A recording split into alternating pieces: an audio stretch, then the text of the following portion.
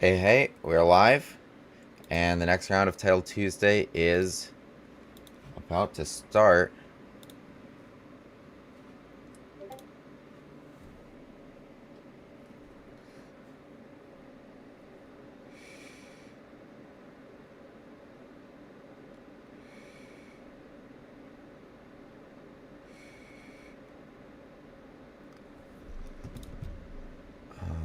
Yeah, we should be going live.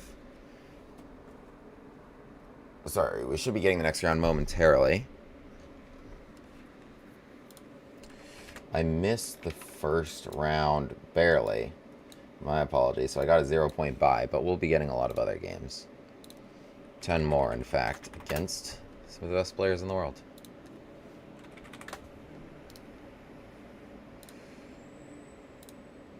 Boom, boom, boom, boom. We're very bearded today. I haven't shaved in a minute. I tend to do that. Okay, here we go. Playing an FM from the United States, Piero Mazzilli.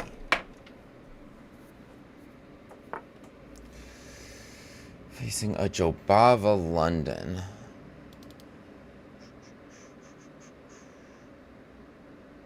Play e6. Let's see if they want a French. They do.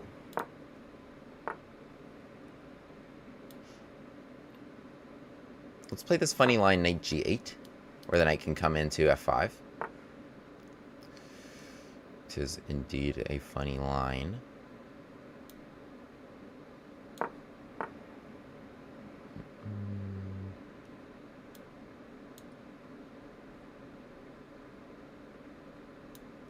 I'm gonna bring this knight to f5, gonna bring this knight to c6. I know with best play here, white's supposed to be better. The main move is, of course, knight d7. But the knight doesn't do a whole lot on d7, really, does it? Knight e2. Okay. G4, I can go to h4. Yeah, they weren't really interested in that. I'll give them another chance, in case they change their mind. Knight e2 is very logical, though. They might play g3. I could play h5 to take this away, but on the other hand, it's arguably a waste of a move.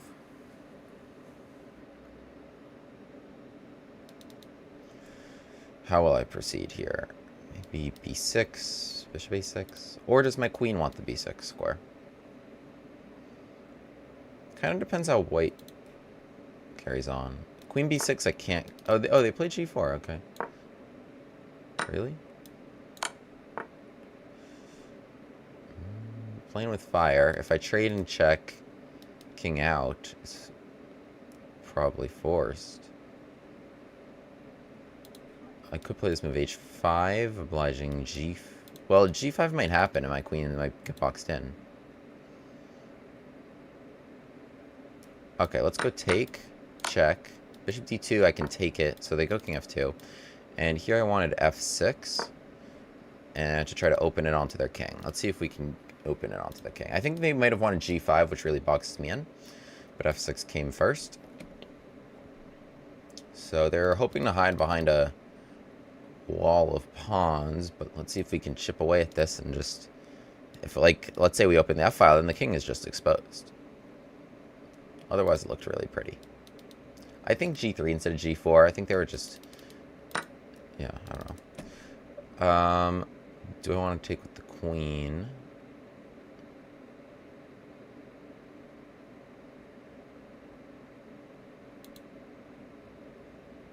Yeah, I mean, the queen's not doing a whole lot on h4. I mean, she's good, but this is really what I wanted, right? This move. No. Let's castle. Let's just castle first. And what we can do is just bishop d6 and attack this. We're just playing kind of simple chess here. Just trying to go after the king. I might have lost the boat on e5 if they slide the king out the way. But then the thing is, like, bishop d6, it's hard to protect. h5. Queen somewhere, and then I hit the knight next turn, try and take the pawn. Right, so e5 takes... I probably get nowhere. I could give the knight there, which is interesting, but... Okay, how are you defending this? Oh, just bishop out, right? Take, rook f1. No, we're okay there, queen h6. We've got enough firepower. Or, well, that actually is a problem. Knight h5. Shoot. Yeah, they just have knight h5.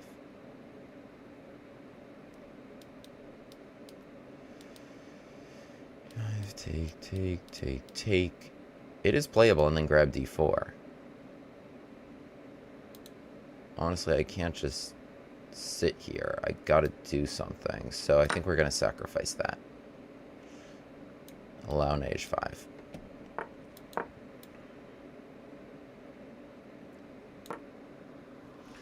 We're gonna sacrifice this because my hope is that I just pick off the d4 pawn without effort.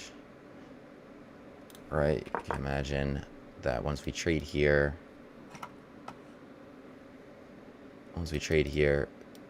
this is hanging easily, and then we'll just be able to push e5, freeing this bishop. And the alternative was just kind of playing bishop d7 here, which was fine, but... Did I miss something? Oh, is there just g5 next? Come on, bro. Here, g5, I'm just trapped.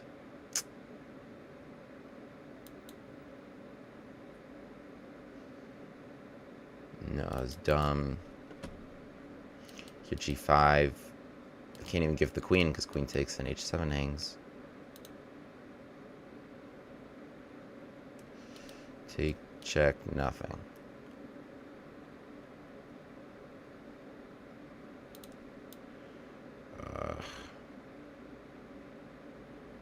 Stinks.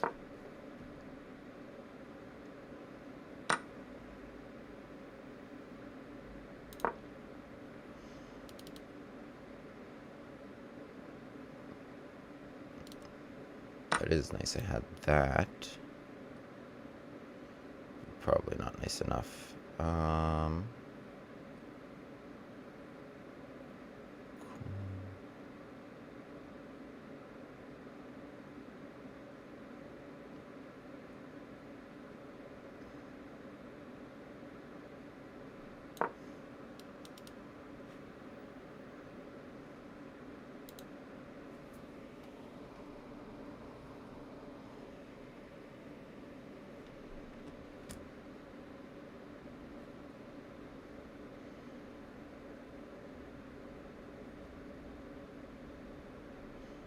Suddenly it's not so obvious what you do here.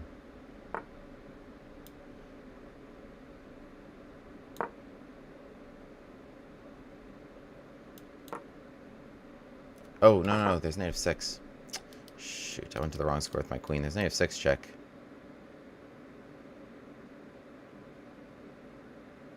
As long as they see that, I'm kind of toast. Knight f6. Rook f6. Queen d6. No. Knight c4. Is that anything? Could give the queen. This is a better chance, though, at least.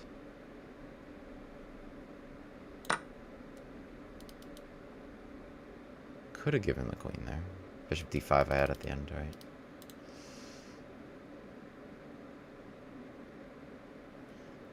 Yeah, queen d6 was the wrong square. Alright, well, we're down a full piece here. Can we get anything onto their king? At least we opened it up. We lost a full piece to do it.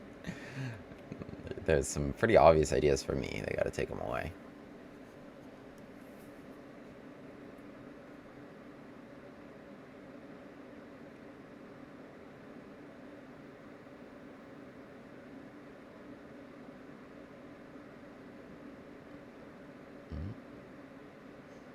Not so easy.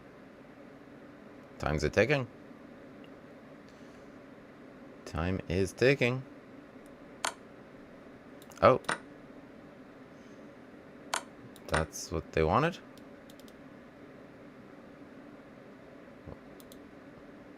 There goes the extra piece. The king's still open.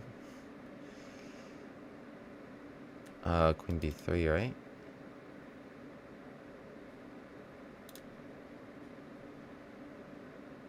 I mean, let's just go here. Knight d5. Yum.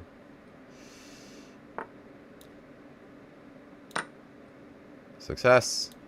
We're up a piece now. Let's hit him with a clever little knight check. And win the rook.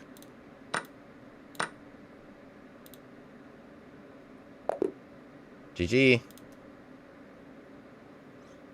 Wow, we pulled it out. We pulled that out. We really didn't deserve to.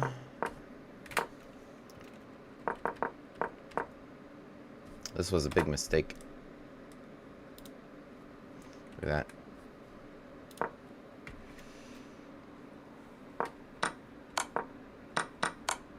And this was correct how I played it. Or f6 first would have been even better. Pawn takes a little bit better. Okay. This is good. This is all good. And then, yeah, I took this. I just should have chilled here. But yeah, I went for this, and then this was worse because I missed h4, which just wins this piece cleanly. But then I did a good job here of creating practical chances, opening it all up. What they needed to find was this move, which is just kind of ridiculous. d5 with the fork at the end. They trade pieces and don't lose too much material and keep it closed. But here, yeah, opened everything. My opponent couldn't find a move. With b2 hanging, with queen e4 as a threat, with rook d8. The king's just so exposed. Yeah, it's really hard to find a move. There's not a lot to say there for white. The best was just a 0-0 evaluation. So we just won here. I don't know. Queen e4 first. Okay. Nice, GG. Alright, next game soon. What's up, LJ? Hola, Anton. Give me 1 sec, let me just go get my coffee.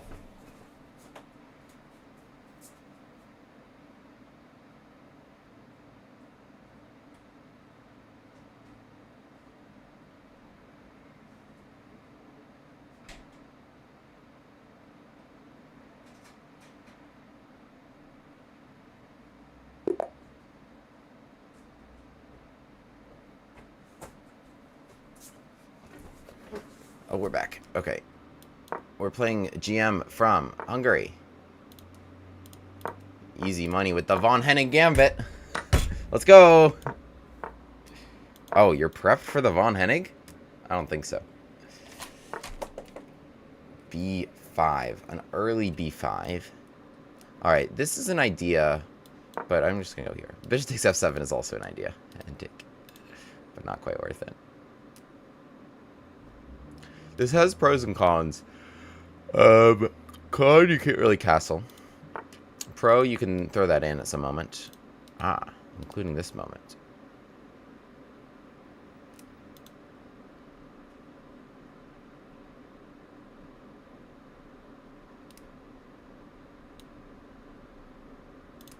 To here. An a2, an a4, an a3. Or bishop g5.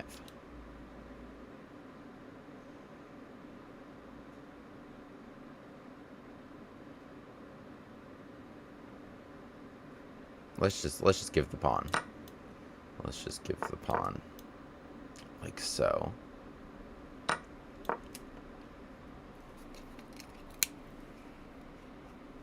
Gambit glasses on. Here we go. Alright, we need you here. It's kind of the #1 thing, actually.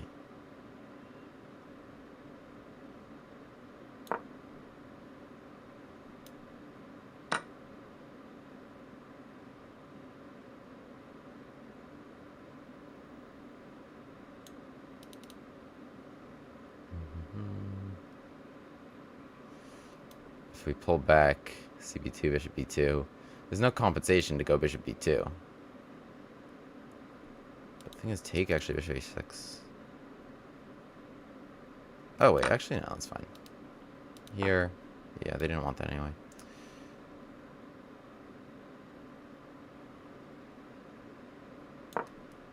You're gonna go there? Oh no, they go there. Okay.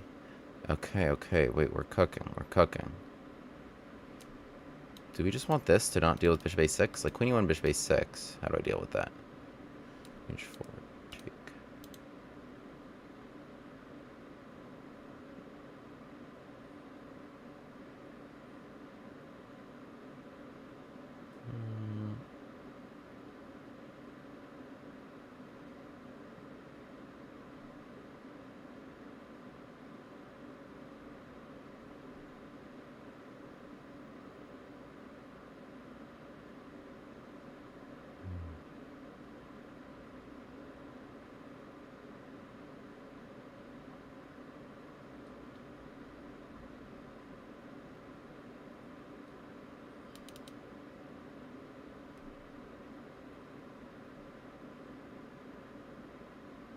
Okay.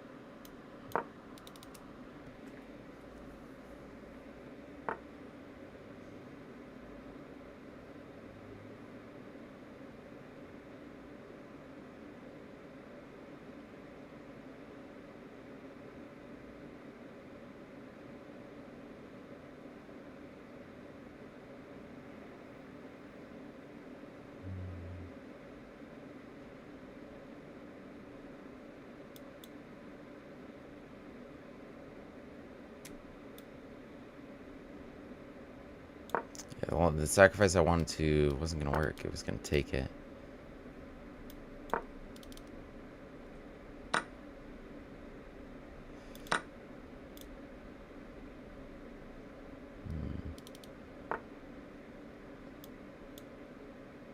This bishop is so annoying.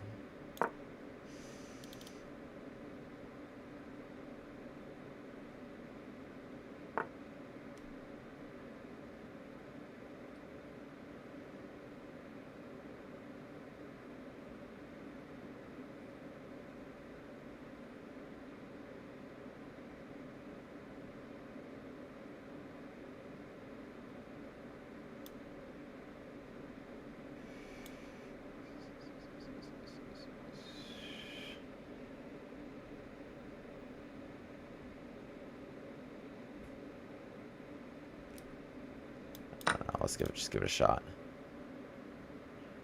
I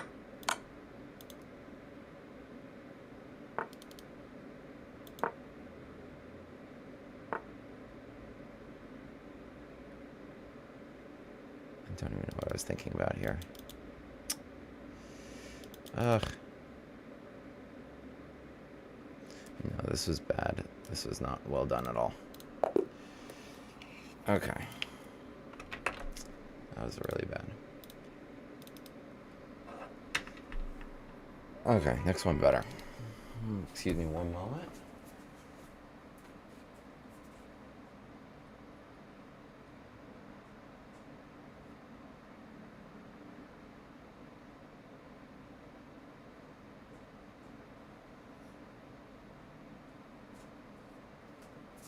Okay, now we are going to be unstoppable. Cheers to caffeine.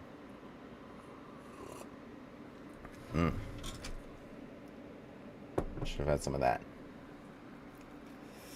What's up, Matt Bader? Said Murad. Jelly. Okay, what happened here? I need to drink this.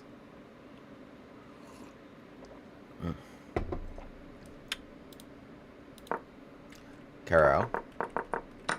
Von Hennig. B5. B5 and E6. We gotta come up with something here. What do we think? Probably not. Probably not. Because E6, now I take it. I have nothing else to do. This, but this is not the end of the world. I was able to reroute my bishop. This is just a really annoying resource. I was thinking about putting my queen here, but they could play A5 to make this happen.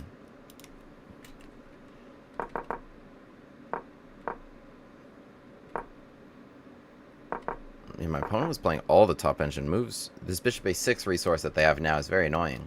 It's literally like a normal position, but the b pawns are gone. Just never was able to get the attack going. This wasn't really working. Okay, bishop g5. And they put all their pieces on good squares, right? I mean, the advantage we have in the von Hennig and a lot of these structures is light square bishop doing nothing, but when they have bishop a6 controlling this and attacking stuff, it's actually really frustrating. So, well, it begs the question, should we be playing bishop e2, which is an interesting line, trying to play bishop takes f3? Because if e6 now, I think, well, what's up here?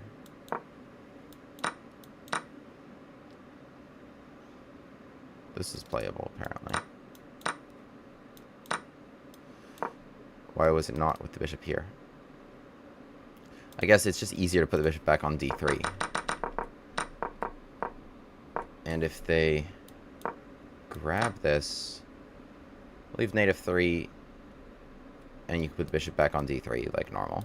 You also have this option, threatening to take this pawn. They got to deal with it somehow. Let's say b4. Nate in.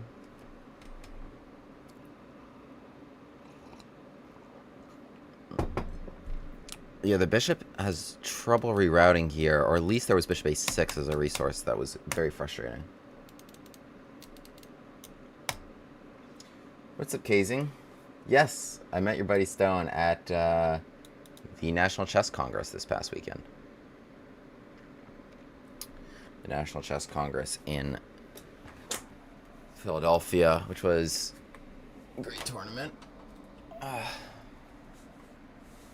He's very cool. He's very cool. It's definitely great to meet him, and thanks for sending him my way. Comes up to me and he's like, my friend is a big fan. I watch your YouTube videos, but my friend is a much bigger fan. You might know him by this. That was your username.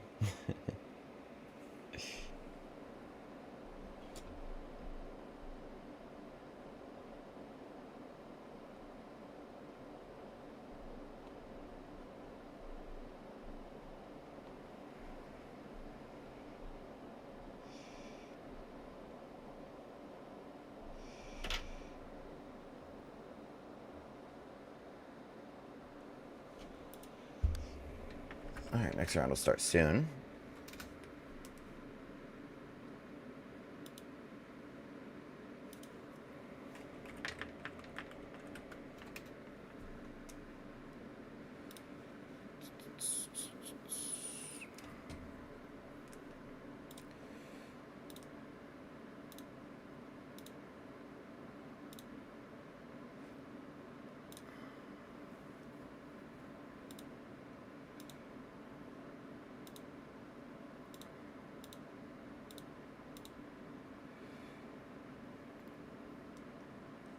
It looks like everyone's done. Oh, there you go. Alright, we're playing FM from Portugal. Yeah.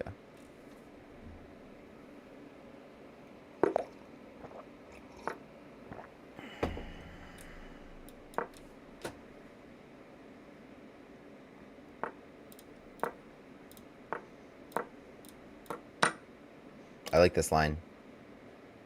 I like this line. I like going queen takes d4 when there's no knight here to bother my queen. Big fan. They should play a6 soon, or else queen here, and you can't keep me out.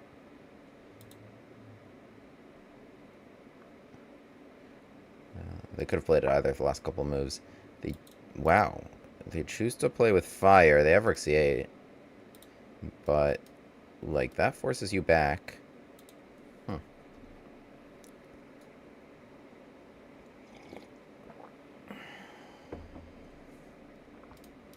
They choose to play with fire.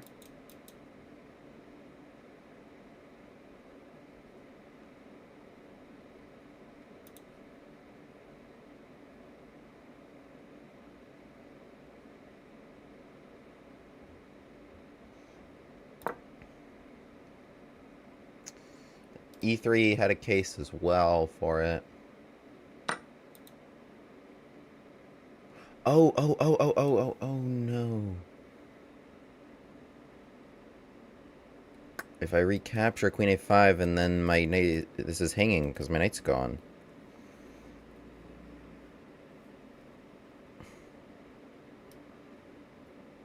So what if I go here right now?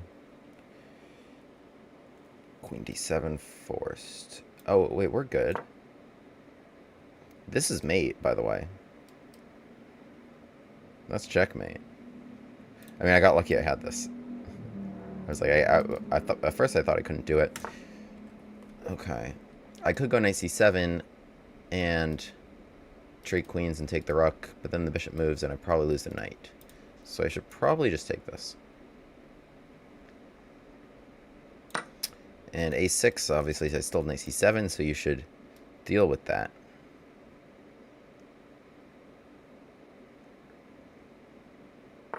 Now the position's very interesting, though. So, like, let's say castles a6.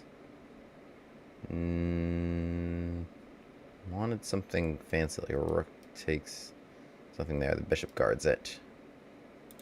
e5, a6.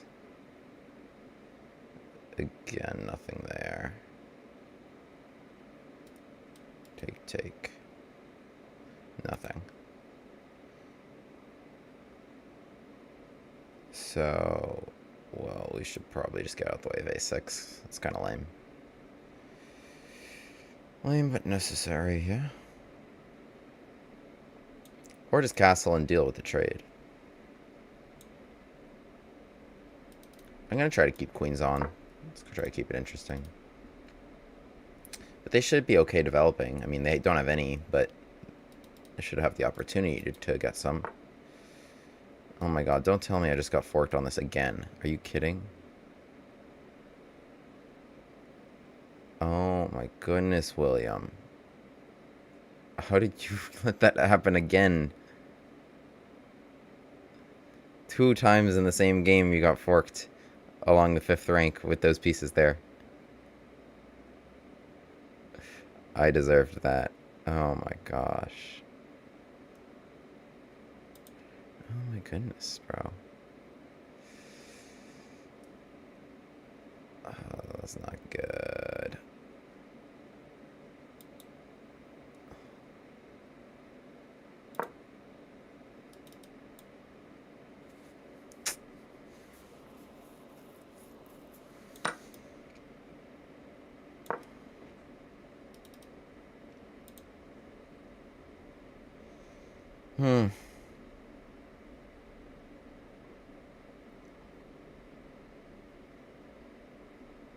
This was just a really stupid move. It was just really stupid.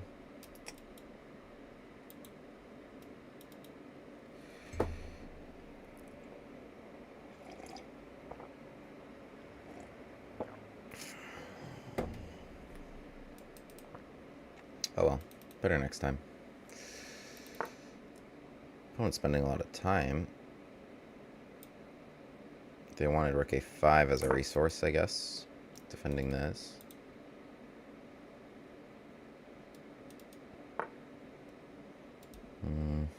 You can take it.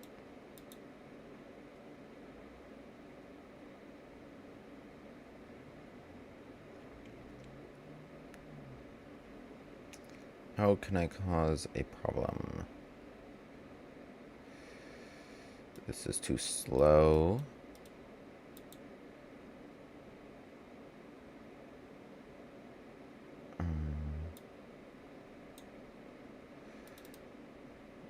We can sacrifice.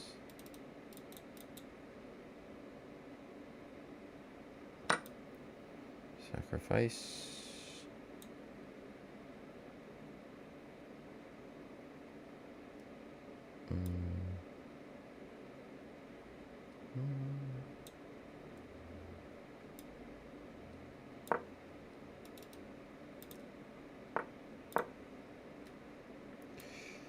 We can come here. There's also this. This is just atrocious.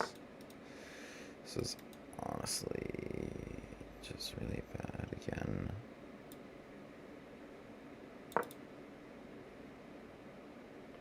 I was just going to be down a clean piece anyway, though.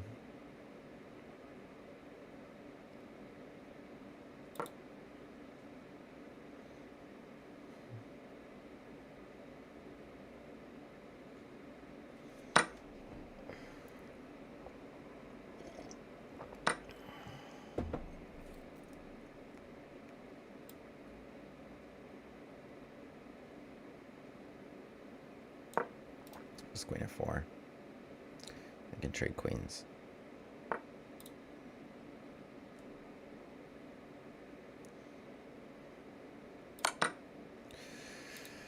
Oh, just so bad.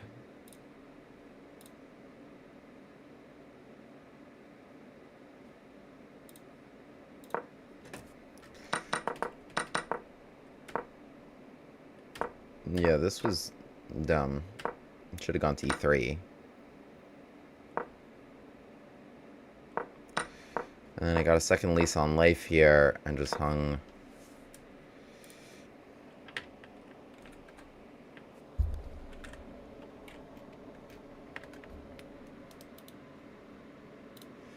Just hung rook c5.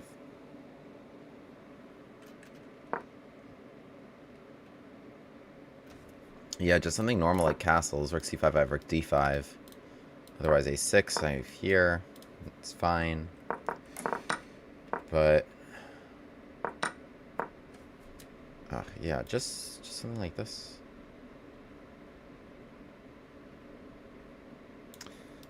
It's rare they leave my knight here. Typically they drive me back. And I just got pranked by this. Bishop g4. It was literally like for this one little trick and I fell for it. So yeah.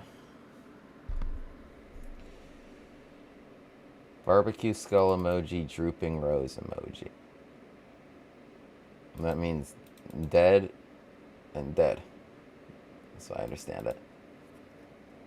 Thank you, Kazan.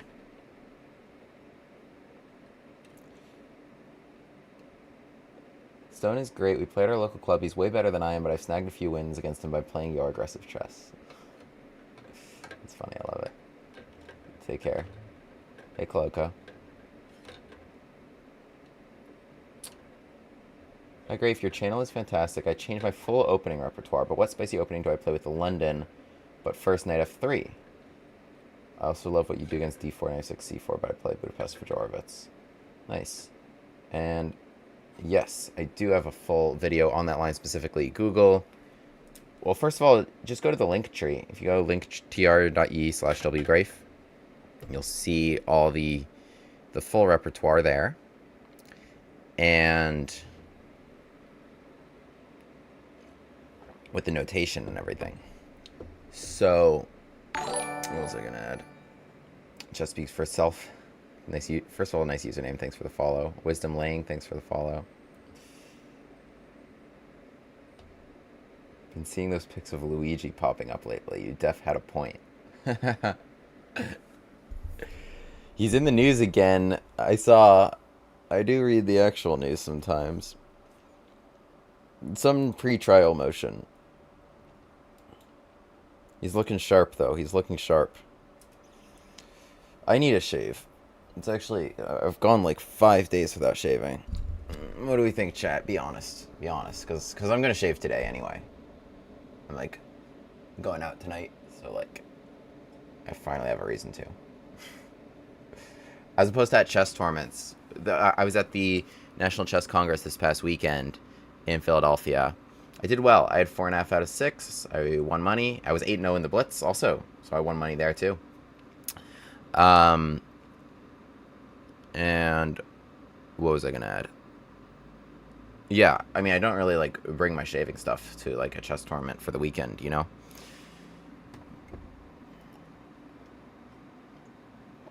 It's also kind of like, I really like the Samson story. It's a fun story. And I think there was a couple experiences where I had that, where that superstition was founded. Where, like, your hair gives you superpowers. Don't cut it during the middle of a tournament. I think, like, I had that 1 or 2 times, and now I have that superstition, so I never shave at tournaments. A, I guess because of convenience. B, because of my Samson superstition.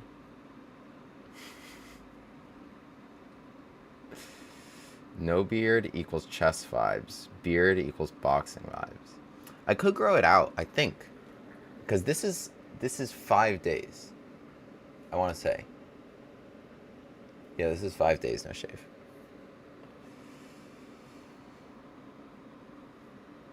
Hi, sir. Please play with me one game. Well, if we get paired in Title Tuesday, then I'll play. Hi, Graif. What do you think about e4, e5, queen h5? I love your chess style, and I think this opening is for you. Appreciate it.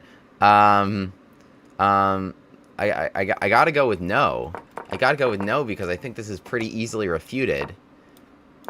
Well, a couple of ways. Number one, honestly, what I like as black here. Well, there's a couple things that I'll mention after knight c6. But black can just play this move knight f6. I mean, I think is your only goal that they blunder checkmate? But this is just very easy to play for black, and with a really obvious idea: castle, put your rook on e8 and d5, right? So like, let's say you go here, and now black plays d5 next turn. Probably playable anyway, right? And then just moves the bishop, and then just has like lots of targets here. So white's in hot water, and black is the one wearing the Gambit glasses here. Number one. Number two, there's a couple of fun options for black here. After e5, after f5. This is the Silly William Gambit. Shout out to Mr. Matt Bader, where black is the one sacrificing pawns here and has lots of fun. Knight d4 is an option, d5 is an option. So like white probably really shouldn't take this pawn. They should play something like knight e2 to keep this knight out of d4, which gets very powerful. But either way, you're not having fun. And also, either way, aren't you just worse after queen e7? I don't really know what your point is here. So, I'm not a huge fan of queen h5. I think the thing is, like, just want to clear up any misconceptions. I don't play for tricks. I don't play because, like, I hope my opponent plays X, Y, or Z. And it wouldn't work out otherwise. Right? Like, I'm playing these things in Title Tuesday against, like, the best players in the world. So, what's the difference between, like, something not engine approved and playing for tricks? I play for pressure. Play for long-term pressure where the best moves are hard to find. And it's just, like, where any human would crack. That's what we're going for. Right? Play to give them practically difficult positions. Kitty counter Gambit. Okay. I mean, I'm a fan of any opening you know better than your opponent also, kind of. So, like, you know, like, if you're playing, like, here, like, you could, but you're not going to know that better than your opponent, probably. So, just based off of your follow-up message, it sounds like you know it better than your opponent, which is doable. Are we planning a full repertoire Alpin Gambit video, or do the example games cover the most important stuff already? I have a video on the Yan Yan. I don't have a video yet on what to do against knight f6 on move 2. So, yes, that's in the works. There's actually a lot of things I want to make. What's up, Subham? But, yeah, appreciate all the messages and all the ideas for openings. Love it. I love how you guys discuss that with each other and make your own stuff in Discord server.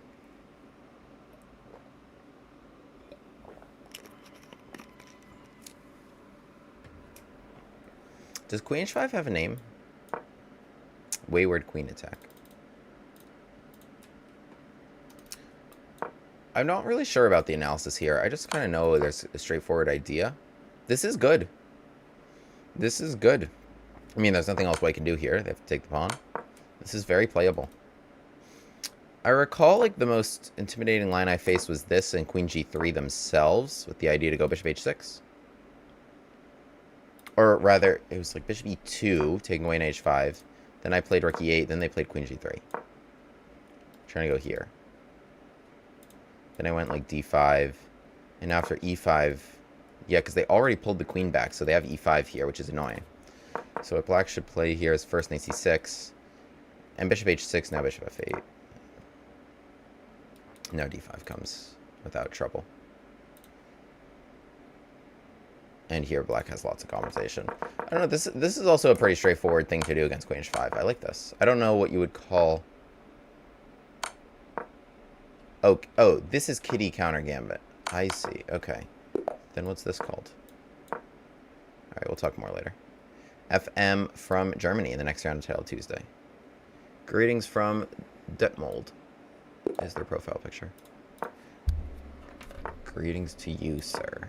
Bishop f4, delayed London. And now we got c4, okay. Okay.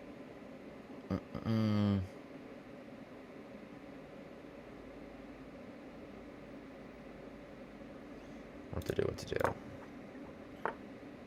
I like this line. a6. Interesting move here. I don't like that line.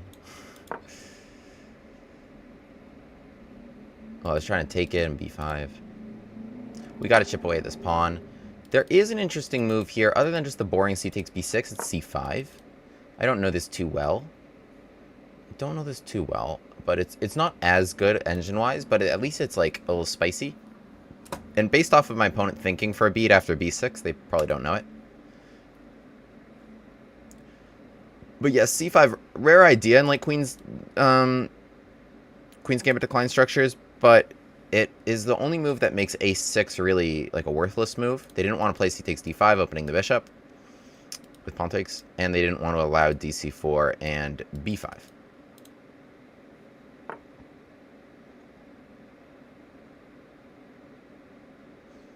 Okay, I'm happy to take this. That was kind of my point, right? Really? Check here.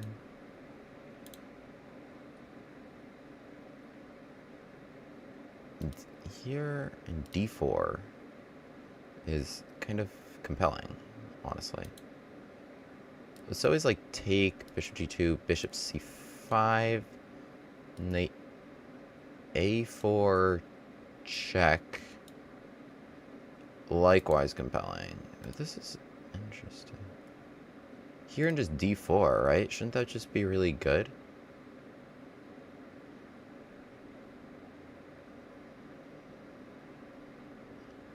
Let's just play it safe. So now if knight a4, right, my point was... Oh, check, and you just lose the knight. You just lose this knight completely. So, yeah, they had to do something like that.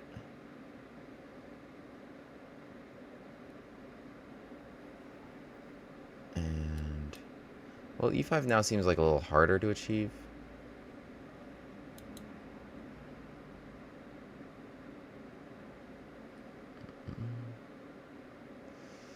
Okay. Let's just kind of get out of here.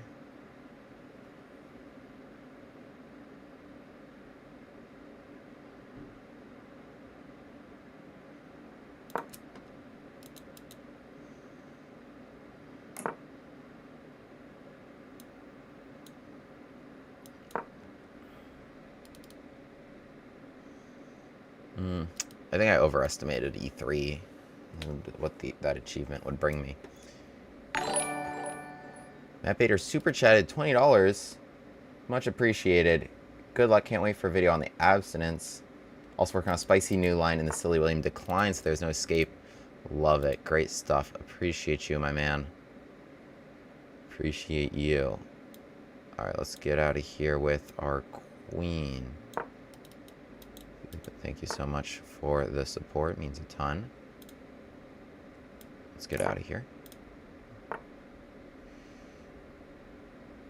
And maybe 7.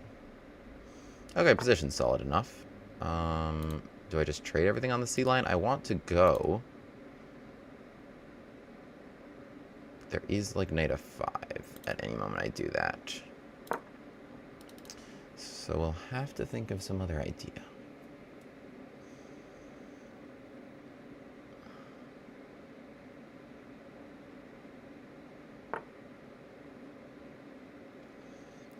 What to do, what to do, what to do.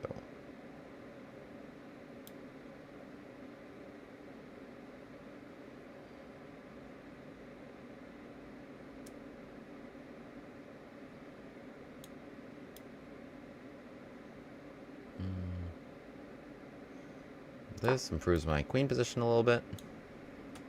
Maybe a5, bishop a6.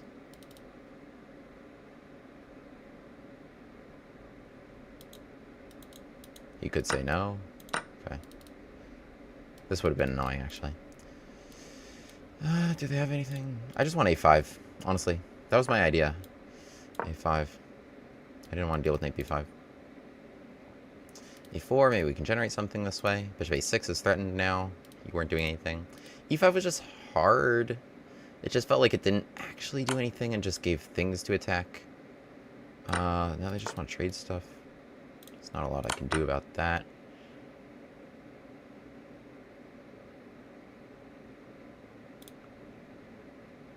Do they just want to trade more?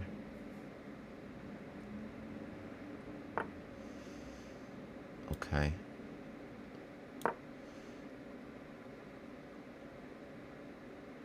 I just didn't have anything to attack in the position.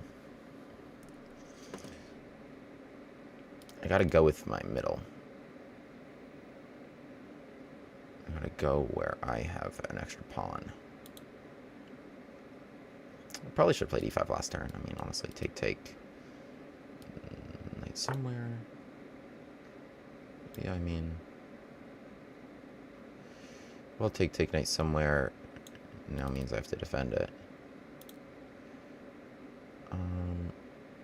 Okay. Oh my god, I literally moved both of these things off of h7.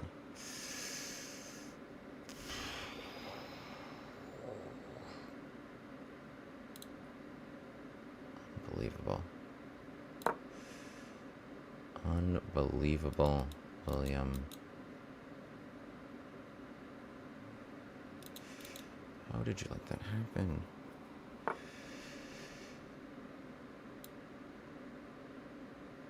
I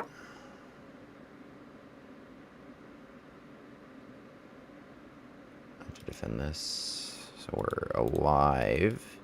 He has no squares, actually. I gotta go that way.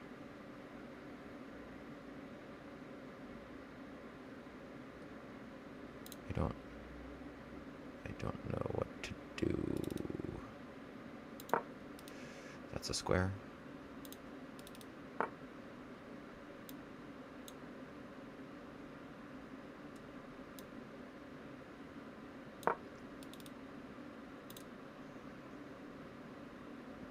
Trying to get to this king. Bishop takes is my way to do it, I think. They did a good job playing this very solidly. It takes... Oh. Just a4, right? e4, though? Wait, are they losing something here?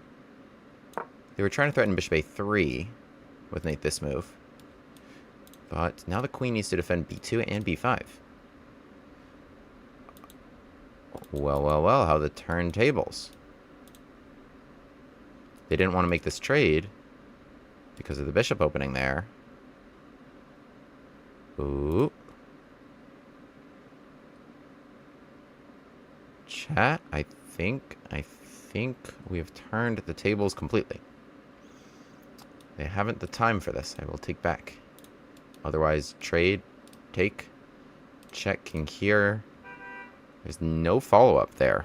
In spite of my king looking... Well, maybe... No, there's no follow-up to that. Their king is so safe, though. That's kind of a problem. I'll need to, like, run him over. What if they take it? Take...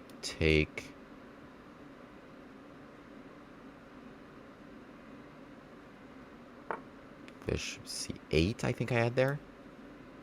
I can also just take b5 right now. No, this is just better. I already calculated this. It's fine. They wanted to bait me into that other option. Because take, and then I think I was going to walk into an awkward pin along this. They can give a check. They didn't even want it. It's interesting. Okay, I can take this away. H5, nothing, right? Literally nothing. Literally nothing. They got no squares. Queen B6, no squares. No squares. Literally no squares. Not one square forward. Not one square forward. Oh. Queen takes E3. Oh, that would be sick. Check. Boom. Oh, bishop C8. Bishop C8 for sure. Bishop C8.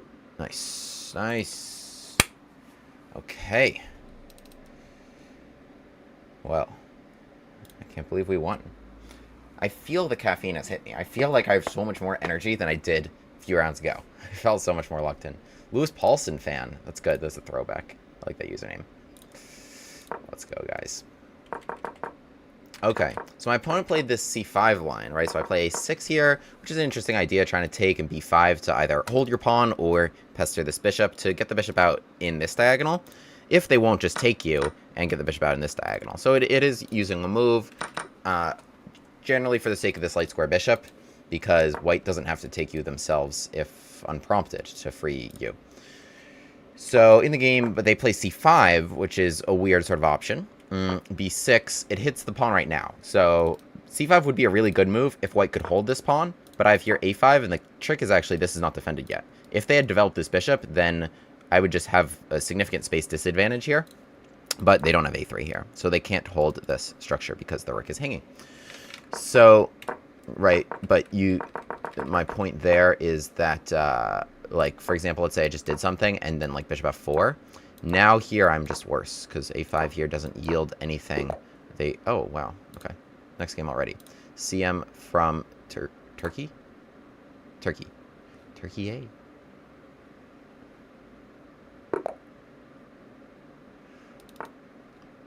B6. Let's play this line after e6. Yeah. Wait, the reverse Leela Gambit with h4? Come take my pawn. Yeah. Take it.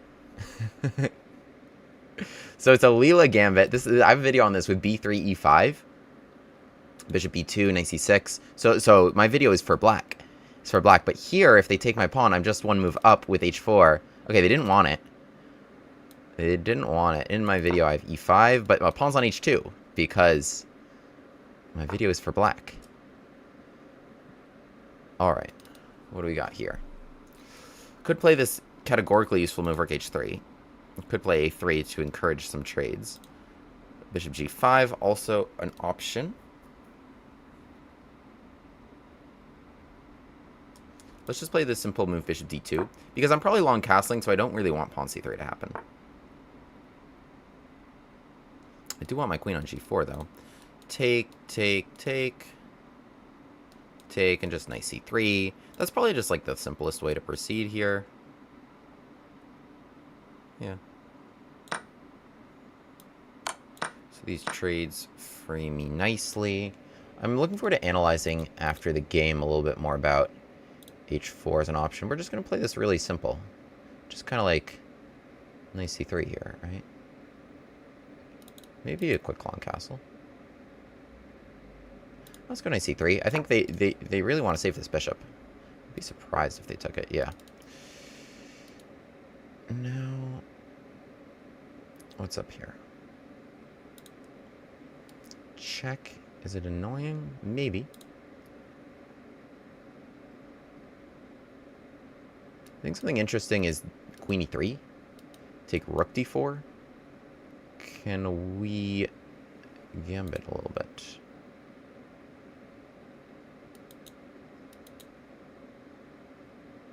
I want to see how they block this, honestly. I want to see how they block this. Because c6, I'm going to come back bishop d3. Okay, they go there. So, let's castle. I'm thinking about d5. I just want this pawn.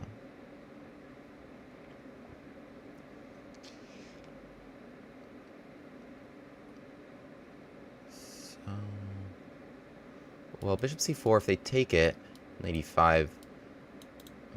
If I trade in d5, they do have a long castle. They're probably alright.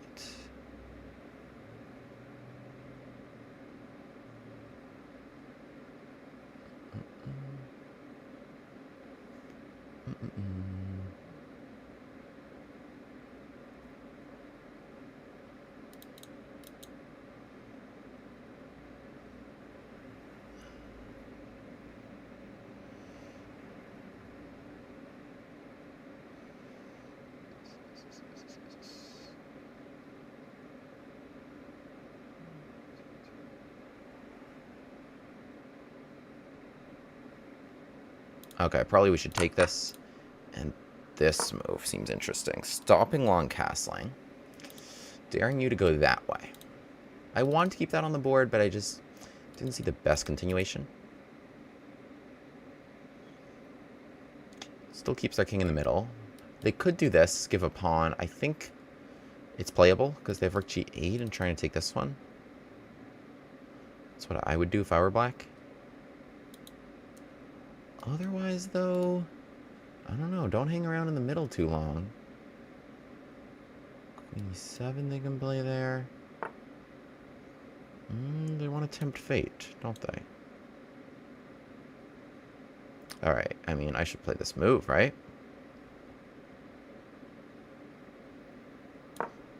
Let's go. King's in the middle. Let's get him. Let's get him. Now they're trying to escape. If I take... That threatens to win something. They can go queen takes, though. Because take here, I would go up a pawn.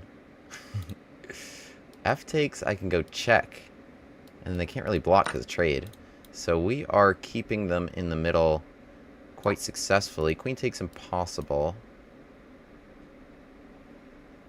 Castle long here. ED6. They should do that. They should do that. They can. They can, yeah. Ugh, I should have done it one move earlier. Pawn takes d6. Okay, we do it now.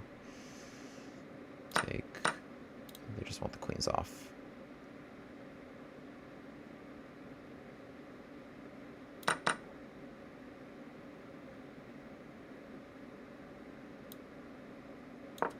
Alright, well, we made a weakness. Let's bring our knight to d4. Can we play against that bishop long term? Mayhaps.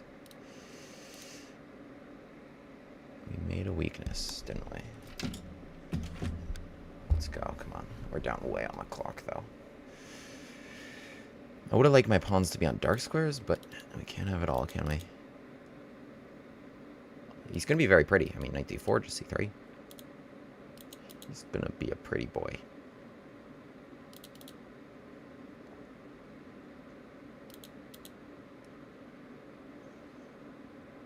I mean, really simple ideas. And then I can trade the rooks. I don't want to trade the rooks like king takes e1. It's kind of like a lame recapture.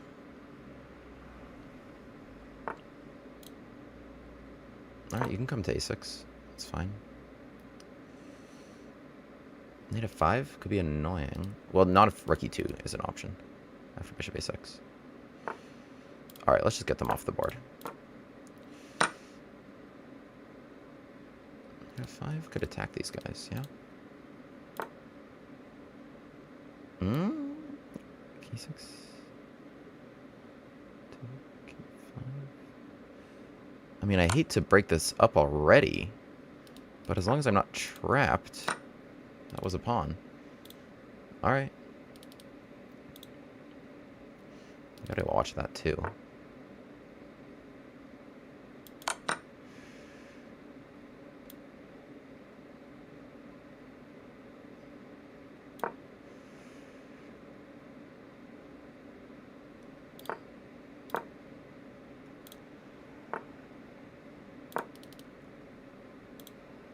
It can't allow f5, f4.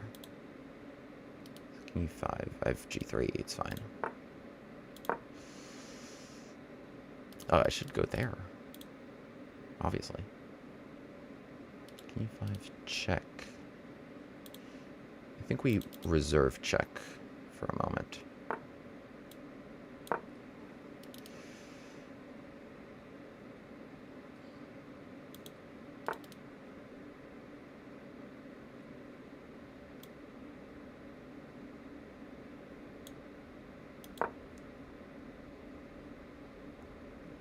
Is this a problem?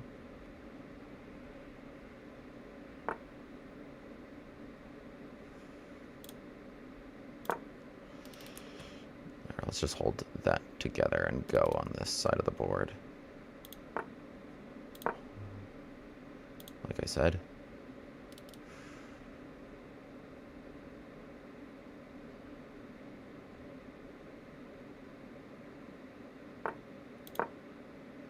Oh, they can just push.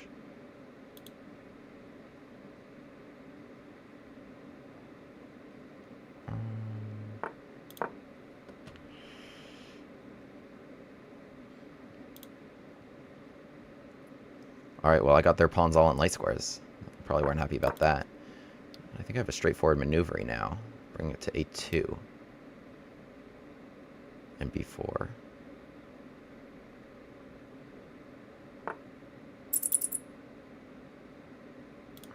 Oh.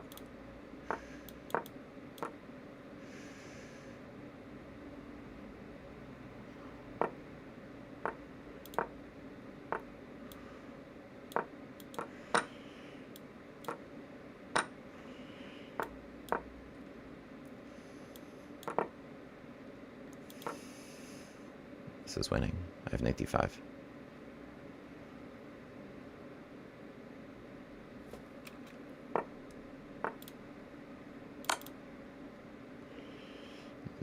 Bring it to e6. Got him.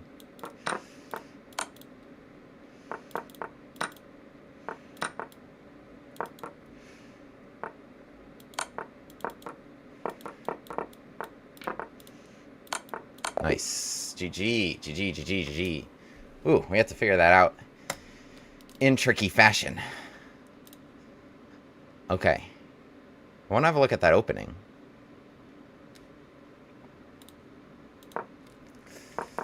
Nice, though.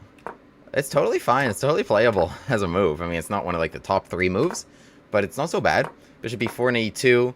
And, of course, like, the entrance recommendation is taking the pawn. And we're up a move. We're up a move. We have h4, which is such a useful move. It's such a useful move. Attacking g7. It supports rook h3. If g6, we have h5. It supports bishop g5. Of course, like, our main idea here is castles in d5. So this is a really, really fun gambit. It's a really fun gambit. And in this position, they have to take here. Else, if they lose the pin, then the bishop hangs. So they have to take here and open up everything in our position. And bishop g6, which is the main move in the other line for black, is completely impossible because of h5. So in the game, they don't take this. This was all well played on my part. Knight c3 is not just castles first. I guess, yeah, knight c3, then I have to deal with this queen trade stuff. But this was good. Oh, I should have taken this. Take, and then d5. This was the idea. Because of bishop c6, what a move. That was the idea. Okay, castles. Now after a6... hard to say where to go. I could give the pawn, but this was interesting. We tried to get them, but they played well here to hang on. Okay, we won this endgame. GG. Subscribe. All right, next game, I am from India. Reverse Leela Gambit, indeed.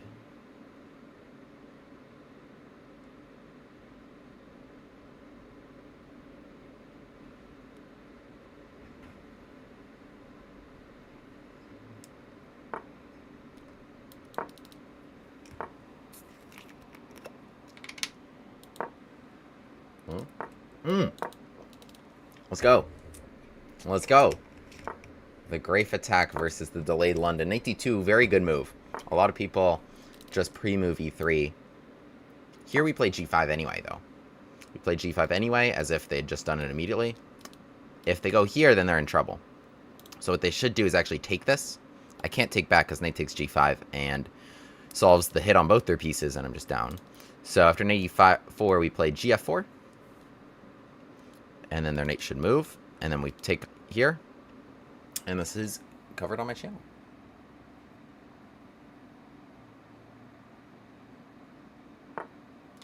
Bishop e5, spicy move. There are some interesting piece sacrifices. Can I do this? No, probably not. An 85 and check. So they're actually going for this sacrifice. Okay. This is covered on my channel as the best way to play for white. However, there's this one interesting line to run the king.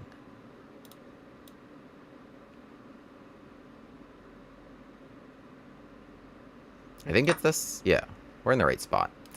But wow, my opponent found a really clever resource.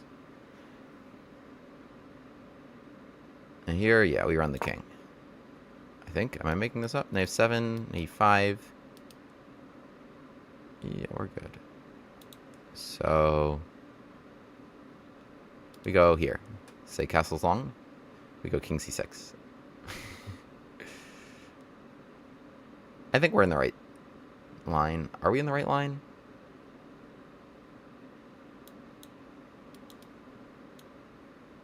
Maybe. Alright, well here they're threatening rook d1 or a long castle, so let's boogie. I think queen e8, rook d1, king e7, queen h4, we lose. So let's just keep running. As I recall, this is a really good evaluation for white. They're down a piece. But somehow it's really difficult, and black's idea is actually really straightforward. It's just to tuck the king back. f7 now, but then you get pinned. Oh. Do they have this move? No, they don't. Because take knight d6, bishop takes d6. So we pin them. I feel like that wasn't right then. Oh, you're trying to checkmate me. That's kind of rude. A6. Just a6. Just don't get mated and run back here. b6, yeah, check and take. Oh, wait, yeah, that was hanging. Almost forgot about you. Okay, no worries.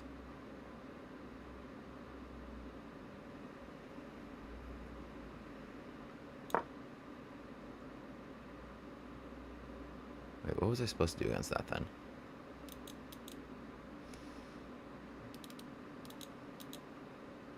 Alright, well we could have two pieces for the rook if we manage to make it back home alive. What was their plan here with these checks? Just that pawn? All you wanted was that pawn? Let's take you, because you're going to take this, and I'll take this and this. Okey-doke. Let's develop. What do we have here? So 5. Oh, you're willing to open that.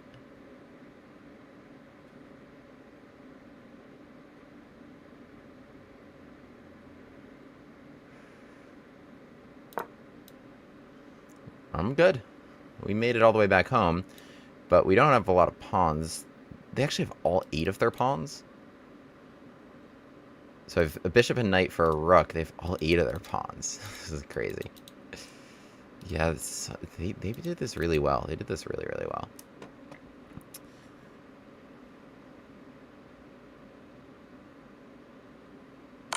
Let's gotta come back here. I think we're safe, though. We managed to get everybody out. And that's my idea? Or should I sacrifice?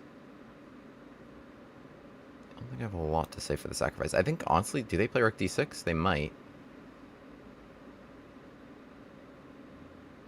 Or, yeah, they're going to give the rook somehow. Here. Oh, take and queen b6. Wait, shoot. And then queen d8. Bishop c8. Okay, well, I don't have a choice at this point. Did not see that. I should have just got the rook out of there. Damn, I had one move to do it, and I didn't. Do I give this? And then take? No, but that's kind of pathetic. Can I hang on to you? What's up? What's going on here? So bishop g7, check. You want to take this, right? Here, check. I also have to come back. Alright, I mean, but this is just a draw offer.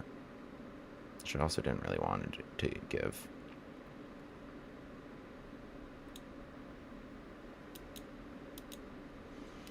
Can't really give that pawn. I mean, here... No.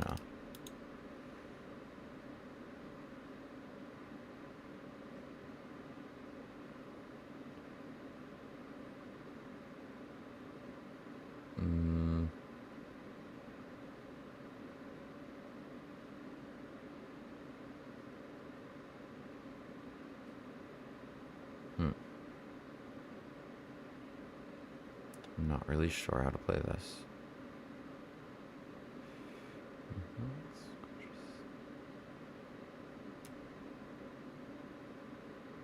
Okay.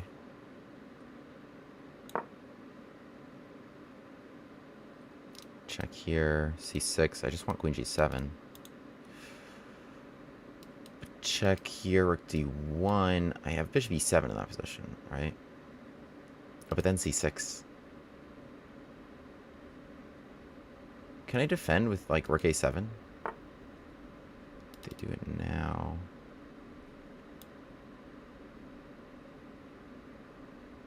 Feels useful.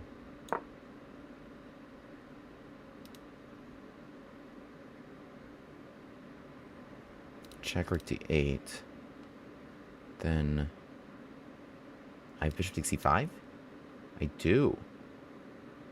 If they go check on rook D8, I do have bishop takes C5. So what if they do then? Check and C6? Then I can have some other resources. Yeah, rook D8, I can take it. C6. Well, C6, C7 is a problem. But, so I gotta take it. But that, oh, did they miss it? Did I miss it? They have queen C7. Bishop E3. My queen is like trapped. Yeah, my queen's trapped after queen C7. What? That's outrageous.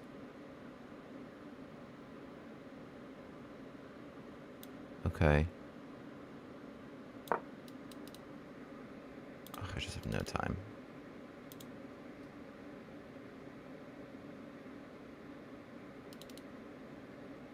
But I feel like we're defending this.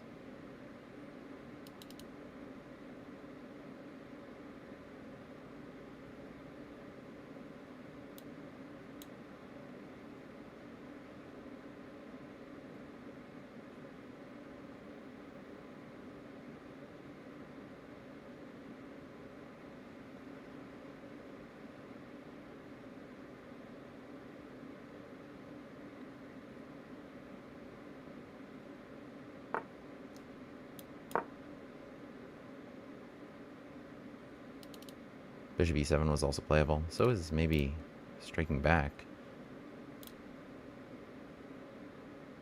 But they're spending time here too.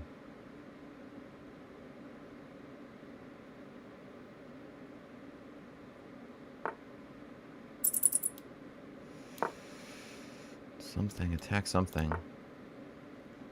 Oh, don't get mated. Oh, I am getting mated. Shoot. Oh, they didn't see it. What in the world?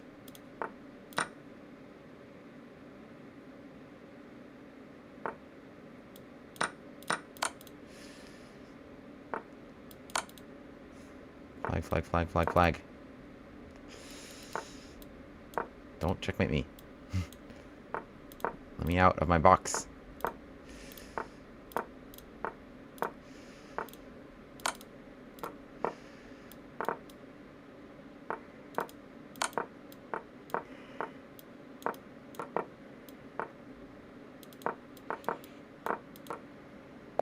Yes!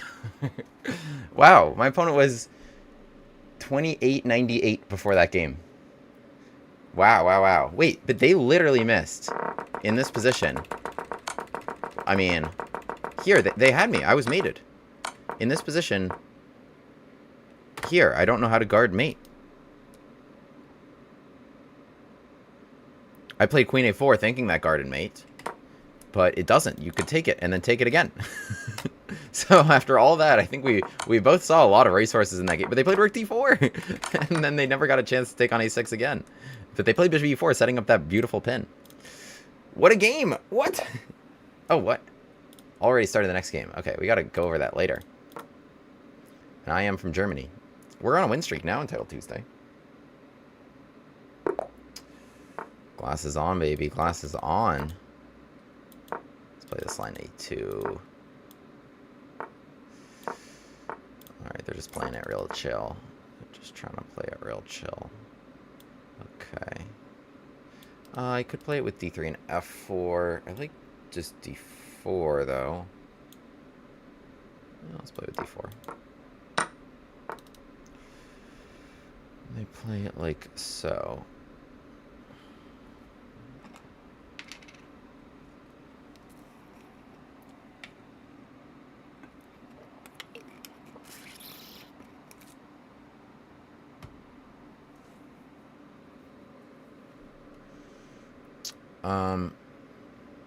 Okay.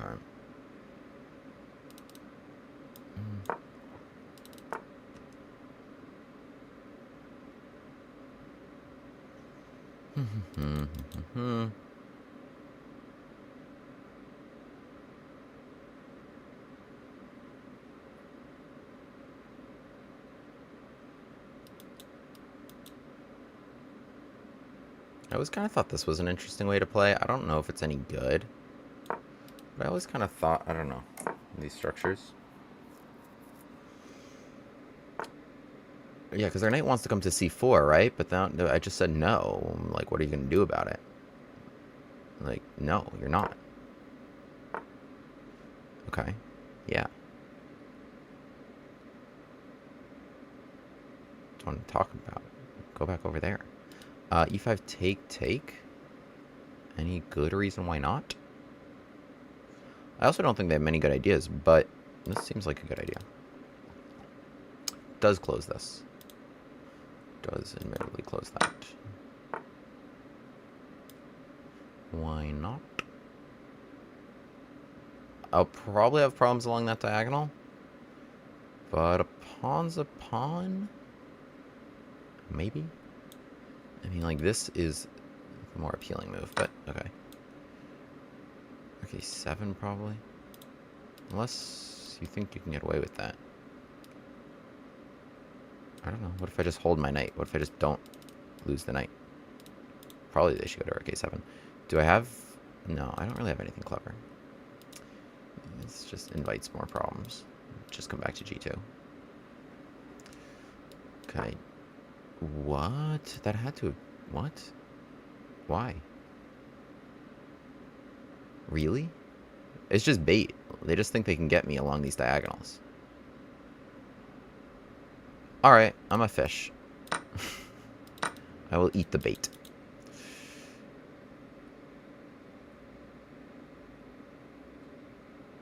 Okay, what's the plan?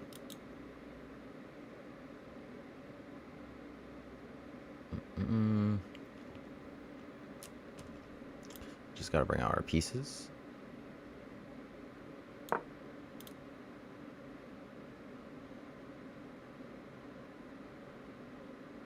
You really think you can just get me along those diagonals, bro?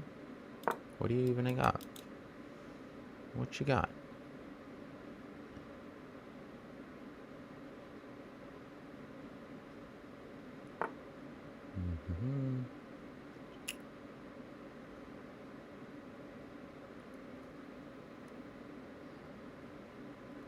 George 5.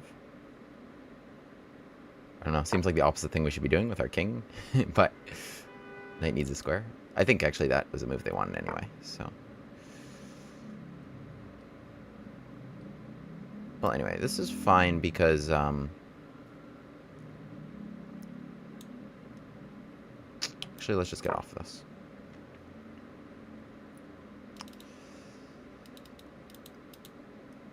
$184 without this.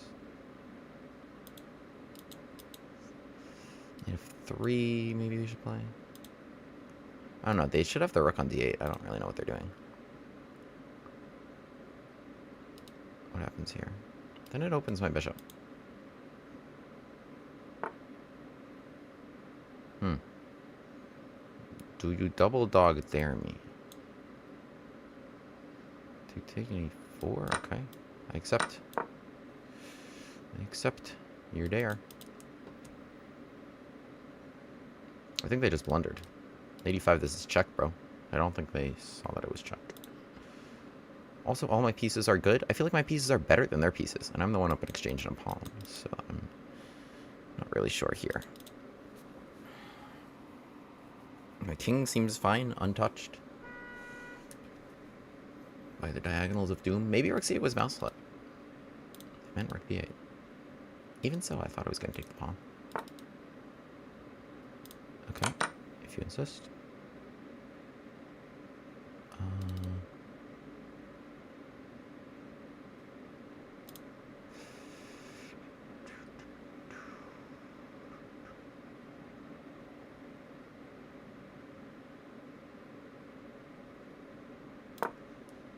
Oh, no, wait. I thought I had an 86, but there's no 3.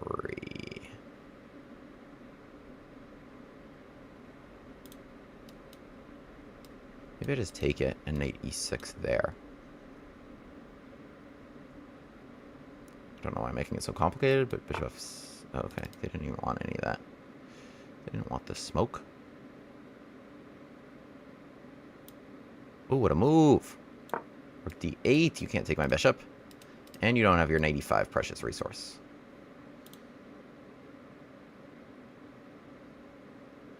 And I want to take it also and play h5 and 87. This is unnecessarily precise. Could just win this game up 2 exchanges.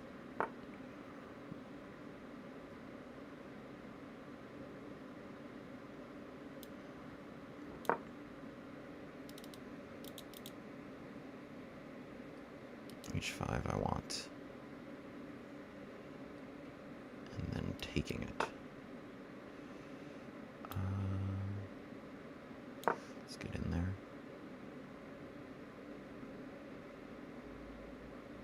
Let's just take stuff. I mean, I don't want to hang c2.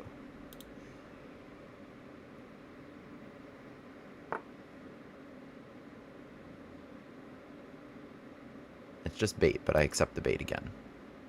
No, let's decline the bait. Don't allow that. Don't allow anything there.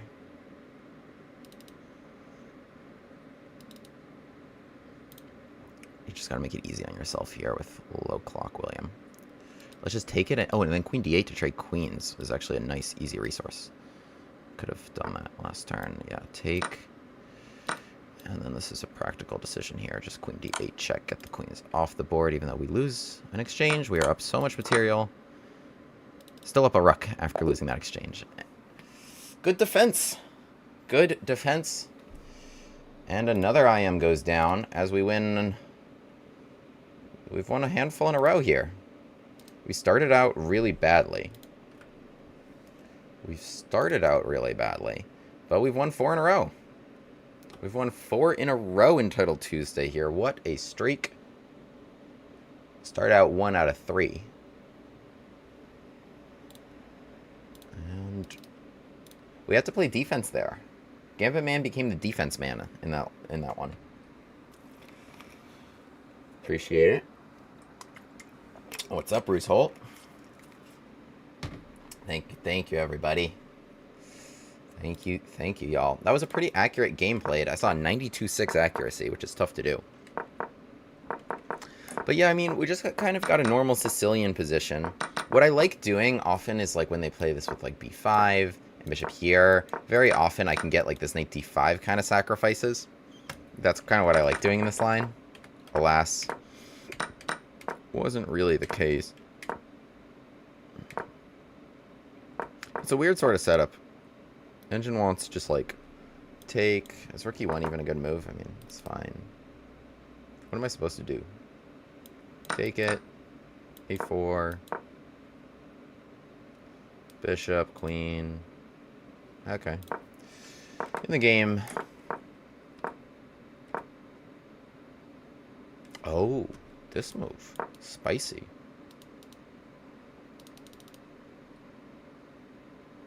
Interesting. Neither of us saw that. Yeah, my bishop is misplaced on b2 there. I can't come to e3. But now here we're cooking, and we just grab that pawn, and this was crazy.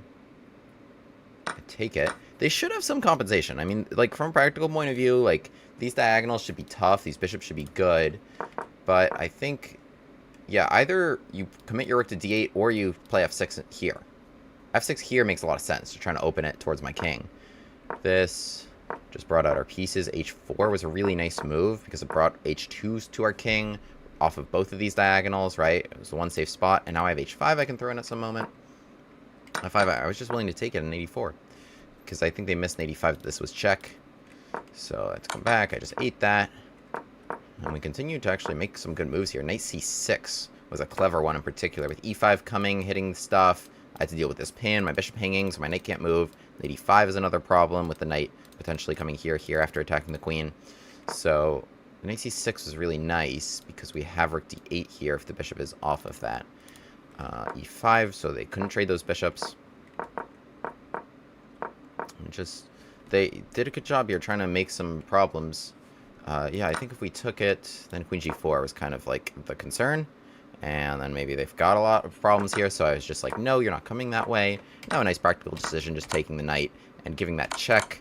Yeah, just trading queens. I'm up so much material here. The only thing they can do to get me is bring the queen here. But now just get those queens off the board. I have enough material to win in the endgame anyway. So queen d8, really good practical choice there. And just immediate resigns with the queens off the board. They have no chance. They have no chance. Let's go. No, it was 92.6 to 82.8 accuracy, actually. They tried to come get me, but it was active defense. It was active defense, right? Like, here in this position, they could have a lot of compensation, but what we did is we just improved all our pieces. You imagine, like, bless me, they play f6, they open this up for their rook, you know, they bring the bishop to c5 here. They bring their queen to pressure either that diagonal or bishop here, queen there, and try and get in here, right? That's a problem. That's a problem. And their knights can do annoying things, whereas it's like, what do I do? So I'm just trying to improve my pieces, like queen d3. Okay, queen e2 is a better spot, I guess. Rook d1, h4 to bring a nice spot for my king. And also with h4, I'm trying to go h5 so that my knight can now jump into e4 without hanging this pawn, hitting the bishop, and then, you know, introducing all sorts of possibilities. Maybe I can start making threats against their king at that point. Even, and I was only going to capture this because I have this nice move in 84, and it also freed my bishop now to not deal with this pawn. And so it was just like active defense. It was like it didn't even feel like I was just like defending. Like there wasn't really one time where they made a threat and I responded to it after this point. So rook c8, I mean, they baited me. They wanted me to trade off that bishop that was important to defend my king. We just accepted the bait. The fish was more powerful than the fisherman. I grabbed the bait, pulled on the hook, and dragged him right into the ocean.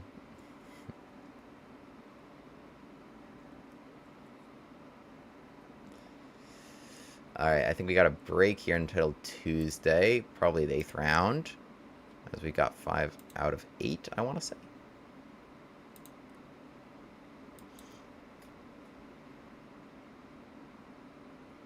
Oh wait, no, I'm not actually playing Witty Alien. This is just what showed up on my screen. Alright, well, there's a lot of people with 7, including Hikaru and Magnus, tied for the lead at 7 out of 8.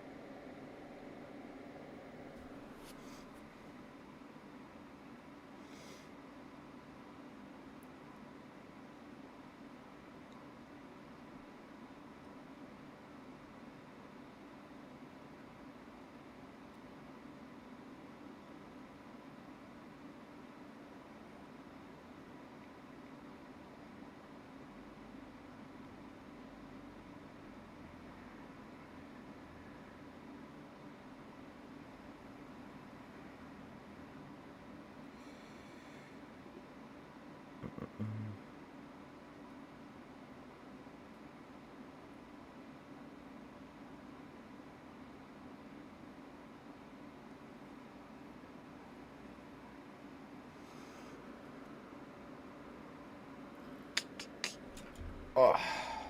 Is FM above IM? No, FM is below IM. FM was above IM the last 2 rounds, though. FM was above IM the last couple of rounds. But, yeah, FM, IM, GM. 2,300 FIDE, 2,400 FIDE, 2,500 FIDE.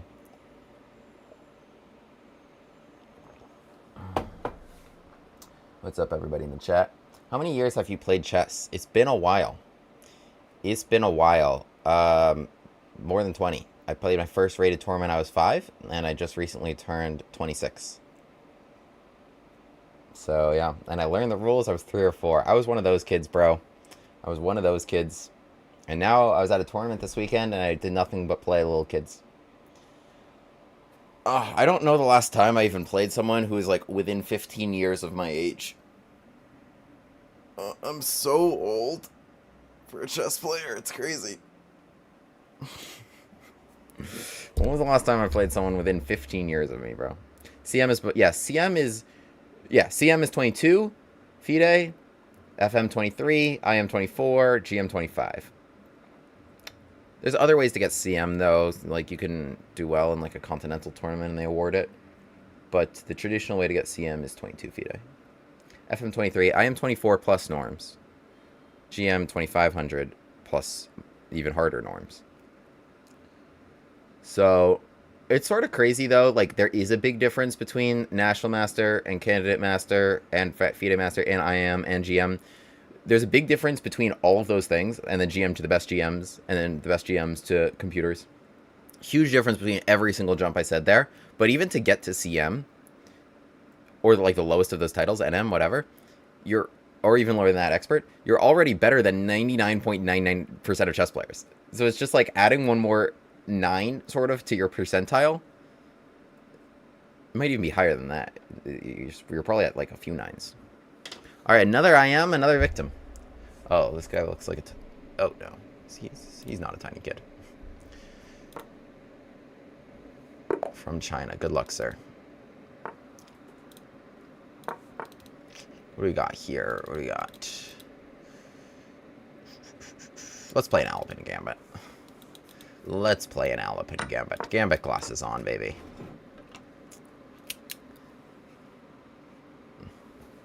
We're ready. We're ready. We're ready. Big round of Title Tuesday here. We got 5 out of 8, and we're going for a good score. We've won 4 in a row. We've won 4 games in a row. Yeah, because I also started with 0 out of 1 because I missed the very first round with the bye. 0-point bye. Yeah, they took the pawn f3. They're not sure what to do. They're not sure what to do. Do you accept the gambit? Black here has a number of interesting... Oh my god, did they just find this over the board? That's outrageous. Wait, I've never seen someone find this move over the board.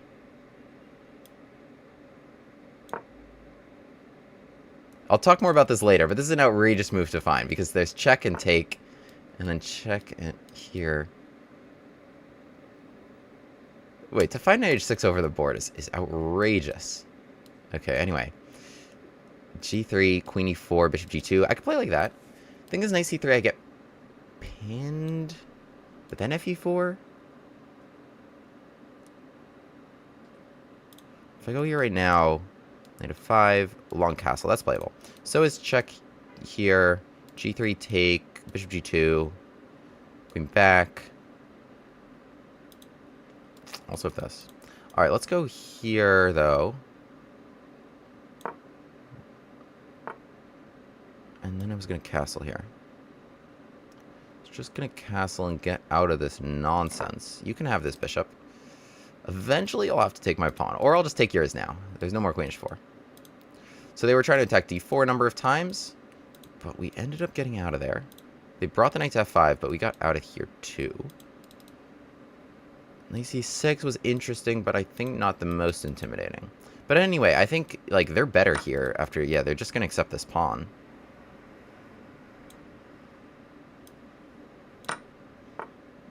And they don't even have to take this. Okay. Alright, so we got the gambit accepted, but in a really weird way. Not in the traditional way at all. In a... I'm playing a really good international master of chess sort of way. who's not just going to let me do what I want. But we're going to make it work anyway. We got the power of the Gambit classes, bro. You might be good at chess and have founded ridiculous resources in the opening. But do you have the Gambit classes? Didn't think so. Are you gonna trade everything here, bro? Trade E5? No, you can't. I for E4. Okay, do it. Do it. Come over there. So we played here just to provoke that, I guess. And we took away their option of trading forever. Ooh, you think you're slick with that? They are kind of slick with that. Bing, bang, boom. Bing, bang, boom, bam, bing, bam, bam.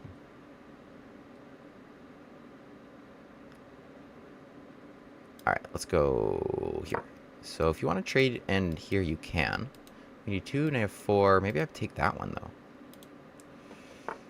See what there. Now I go here. Knight d5. And take. You really want knight d5, don't you? Take, I go. Ah. Your prop. Oh! What am I doing? Oh my goodness. Oh my goodness. How did that happen? It's. Oh, it's so outrageous. Oh my goodness. What in the world?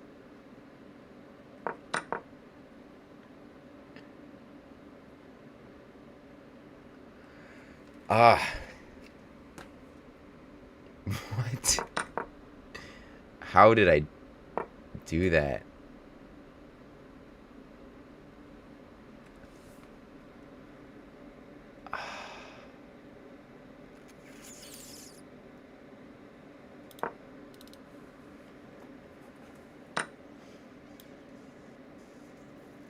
We gotta go for it.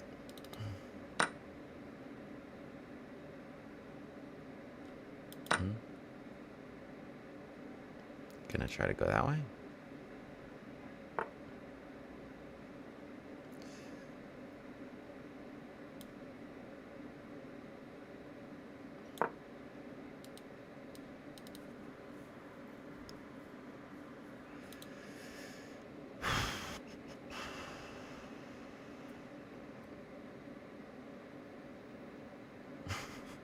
Just put it right there. I was so deep in thought.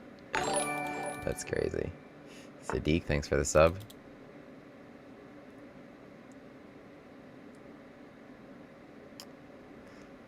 I mean, what does check here really do if they just block it?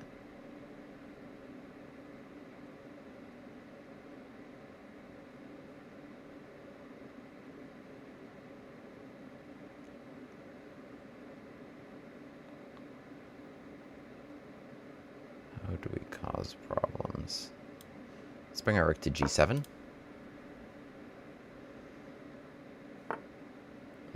Or not.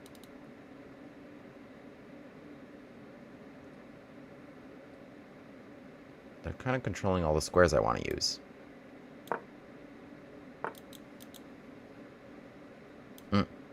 Oh.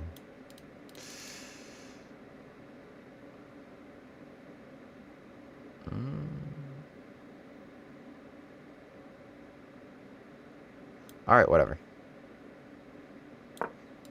Let's just go for it. Let's go for what we can. Check here, run, go there. Let's see what we got. I didn't even notice that they can get my king. I think that what they should do is... It's actually not that obvious. We're just going to run. We're just going to go check. Gonna see what we can do here. Bishop g5 maybe. Or here maybe. I'm going to try to win the queen. Check. And c6 check maybe. It's crazy that I even have a prayer here.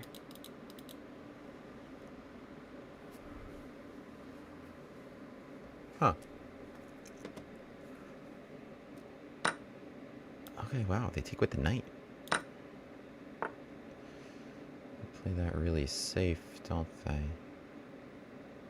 Because they have queen f7. It's actually kind of smart. I guess...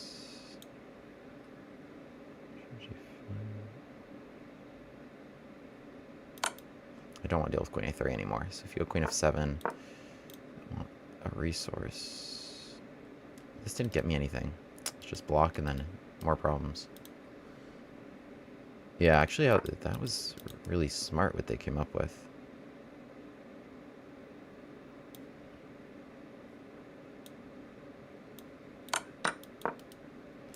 Something. No.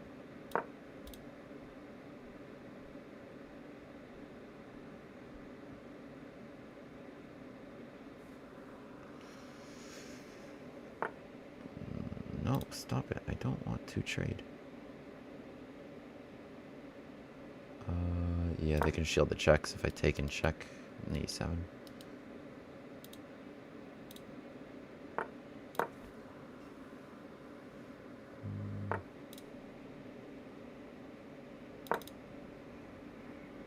Oh, they've here. Oh wait, I missed my opportunity to check.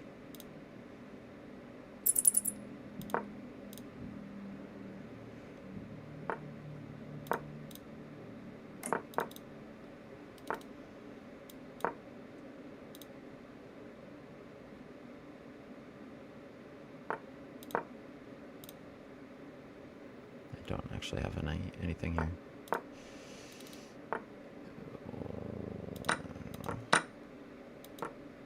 Oh. Oh.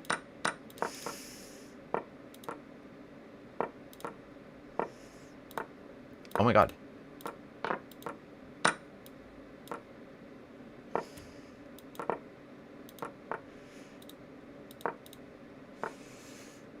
Oh, that was so clever.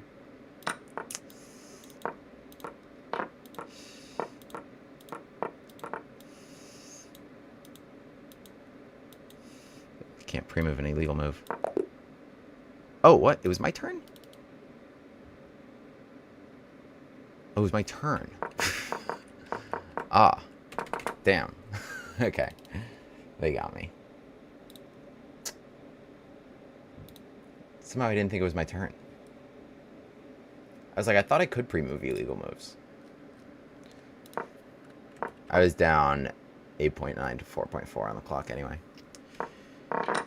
Did I have a chance here? At the very end? No, I didn't even... I did here. Oh, check on b8, of course. Check on b8. Oh, I could have won with this. I went here instead. Again, I had a chance. This was really smart. Anyway, dang. Almost pulled that out. Pulled that rabbit out of the hat. That would have been fun.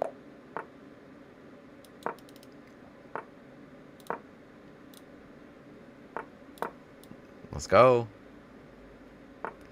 No? Yes. This line's covered on my channel. What's the move here? I think it's taken e5.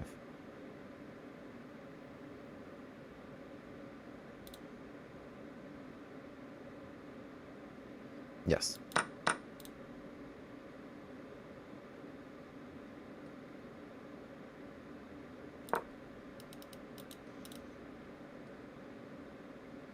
We have 3, and we can come queen c7 now. Otherwise, we would have had a problem with h5. Okay, we should develop this so we don't have said problem. Where should you go? Here? Or here?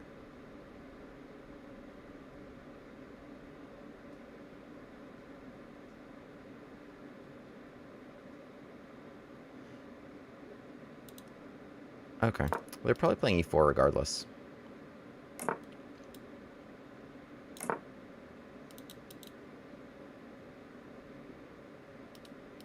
But I think after e4... Yeah, I mean, I have the opportunity to... The bishop g4 with this pin. Knight c6, rook d8. Good stuff like that. Here, knight d5, take. So that's not good for them. And now, my knight has a clear route to d4. That was kind of the idea here. That would be annoying for them. I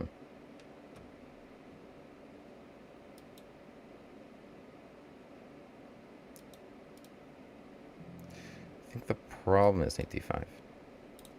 In fact, even immediately.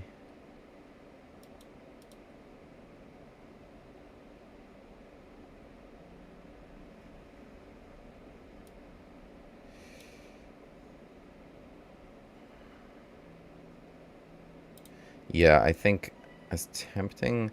Well, the thing is they can take and then go knight d5, right? Actually, that's really annoying.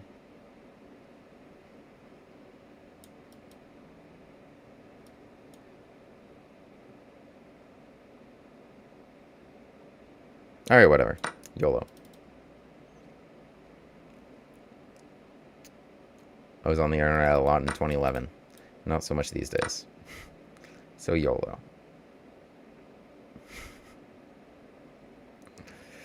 They delayed knight d5. Takes. But now, because there's this pin, right? So, because now I take it. Let's say pawn takes knight d4. That works out very well for me. I was more scared of it before. What if I do it now? Now I feel like you have to give your queen. This is also appealing, but what's up here? Takes e2. Do you have enough for your queen there? Takes d8?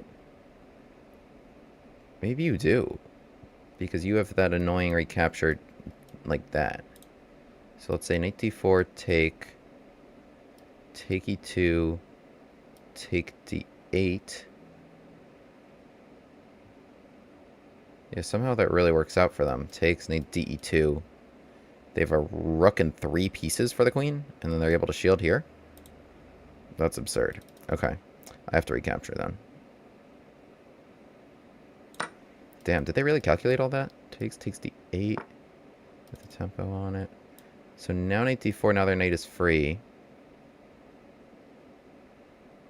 But I have other ideas.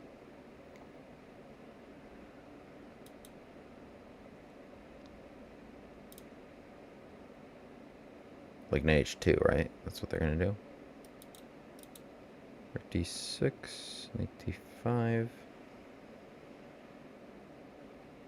Okay, let's take it before they go knight h2. Just literally take this, go knight d4, and then shift you across. What you gonna do about that? So here, knight d5, and I just move my queen, maybe?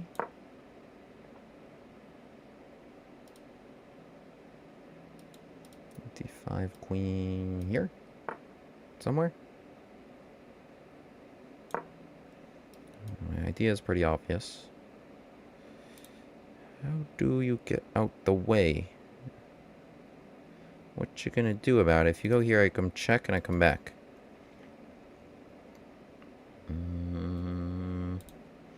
You gotta move your queen. Is that the only way to save your queen? No, but I mean, you're just checkmated instantly. So, yeah, I think I'm winning the queen, bro. Sorry about her. So sorry for your loss. Yeah, I just check here. I mean, but that was the point. That's why I kind of took their best defensive resources.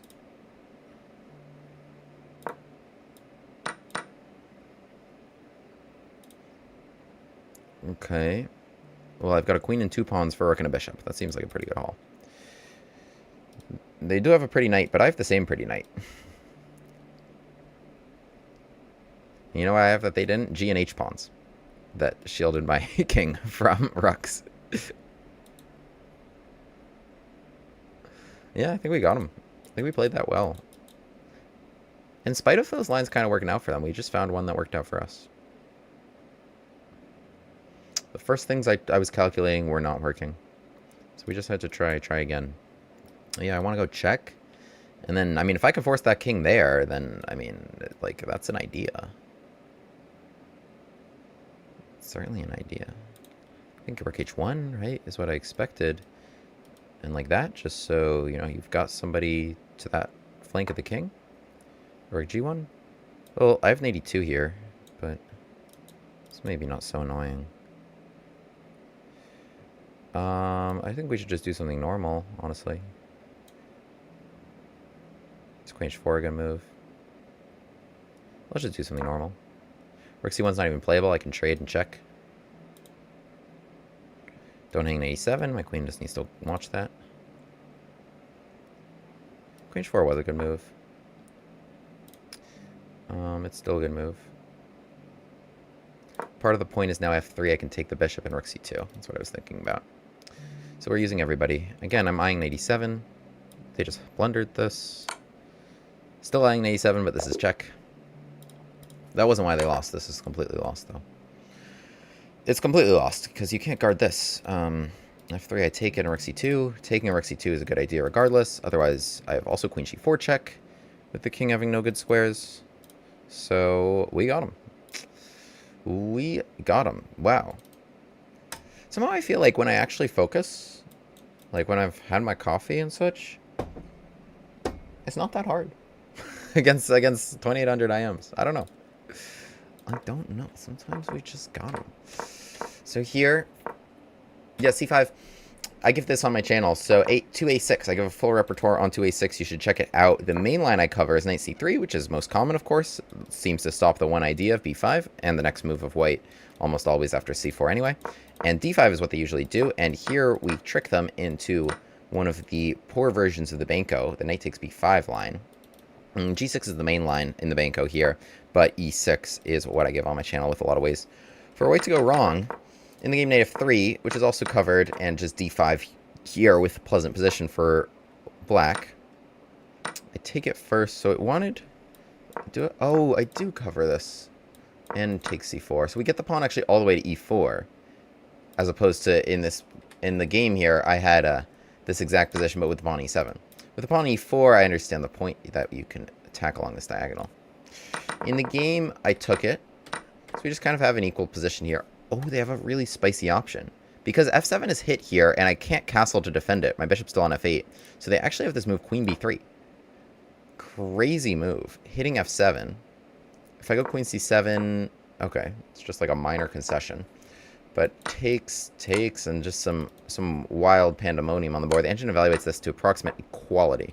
Okay, but anyway, knight f3. I could have traded queens, and that was actually the top option, but I just didn't. So, I don't know, I just didn't. Alright, we got like an equal position here. We're chilling, Play rook d8, try to go here, try to drag knight d4. And they play this good move. I mean, they do have another option, which is bishop e3. But they play g4, and I do play the best move here, which is knight takes g4, evaluating to triple zeros, complete equality. Because if I play bishop g6, the problem is they take this knight and then land this beautiful outpost, and my pieces are just struggling to do anything good in this position, and much less take advantage of the fact that they played g4 against this king. I don't know how I'm ever getting to that king, but if I play knight takes g4, we've got options. So they recapture. Knight d5, for the record, I did have rook takes d5, pawn takes d5. Oh my goodness, just an absurd move in this position. Right, it's -5 here. But only if you find knight to h2. What? Attacking f3 twice. So that's really important. You got to go king takes h2. But now e4, check. King g1, you take it. If the queen moves, I think... yeah, you come checkmate them? That is absurd. That is absurd. Oh my goodness. Rook over? Just here? Take and mate? Stop it. Stop it. Oh my good. Knight h2. Okay, but that didn't happen at all. Alright, we'll analyze more later. Next game. Alright, is this the last round Titled Tuesday? I think so. We got 6 out of 10, I want to say. Against an IM.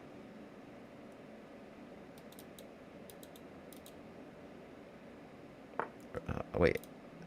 It was reconnecting my internet. Okay, hopefully the internet cooperates. Von Henning Gambit, let's do it. Really losing time because of my internet. Bro. Reconnect me. Oh, this is bad. Come on. Spectrum Wi-Fi. Okay, we've got to turn on my hotspot. There's no choice here. Well, if it does it one more time. Okay. I pay for such good internet, bro. Shouldn't happen. Von Henning Gambit on the board. Let's get some of that clock back.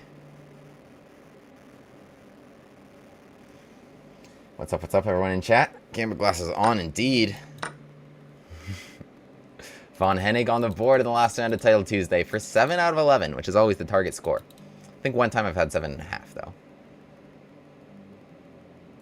It's actually would be 7 out of 10, because I had a 0 out of 1. I had a 0 out of 1 first round bye. Bishop f5, top engine move. We still go after him, threatening to take and take in some order. Gotta slide out the way. Oh, I love this line. I love this line. Let's go. I've had this position many, many times. They've played all the top engine moves here. The bishop guarding everything it needed to, except e6. It can't guard everything. Can't guard everything, and we sacrifice there. Queen d7, queen d6. We play the same move regardless. It's bishop g5. Queen d6 played, which is actually an improvement over queen d7. Very hard to realize, but it's because you have knight d7 in this position. They could take it. They could take it. The point is I take this knight, and then there's no knight to e4 here when I try to win the queen. Take, trying to win the queen. That is valid way for them to play it. Wow. The top engine move here is king d7. Then they would have played literally every single engine move. Every single engine move. Wow. I am impressed. Okay.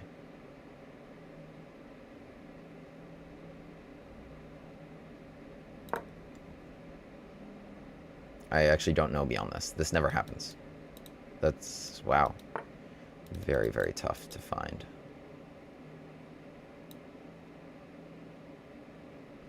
Gotta go for this, right?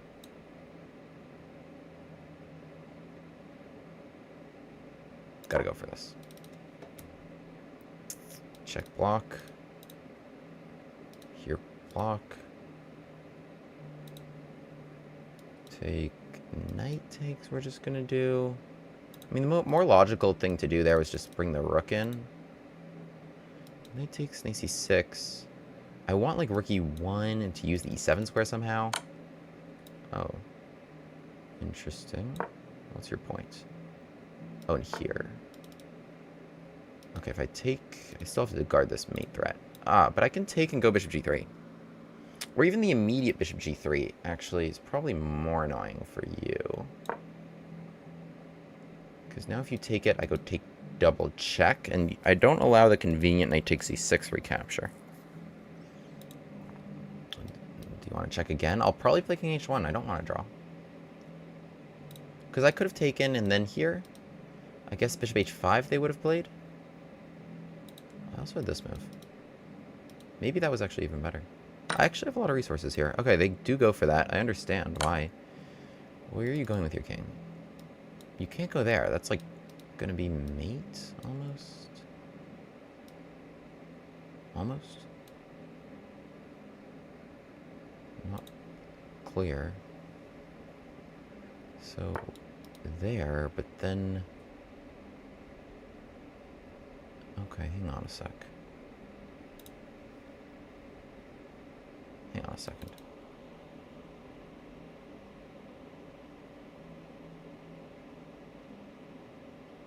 Do I want knight d5 or knight b5? This could actually be a really important decision.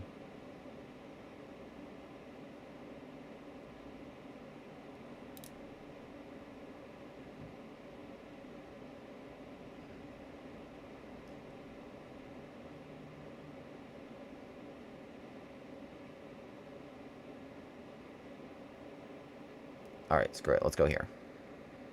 Well, they actually have... okay, yeah. Because they have this move at some moment.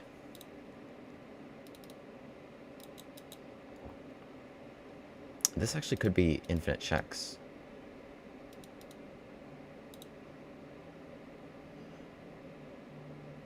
King, check, take. I want to say I have mate.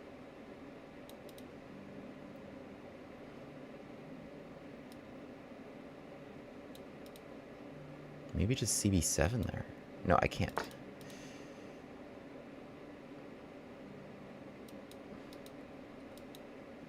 Thought I had mate. Check here, check here, rook. I think we have to play that line. Oh, but they're gonna go king c... No, but king c6, then I have this. And then rook d1. I don't want to take and allow this resource. So what's happening here? They take my knight, I go check, and then my point was... Right, check here, check. King d6, rook d1. Just craziness. King somewhere. But is that not the best? A4 here.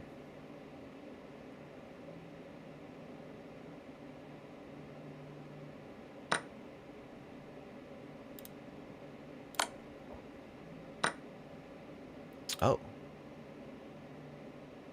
Wait, I forgot that that existed. Checking d7, rook d1, bishop d6. Take.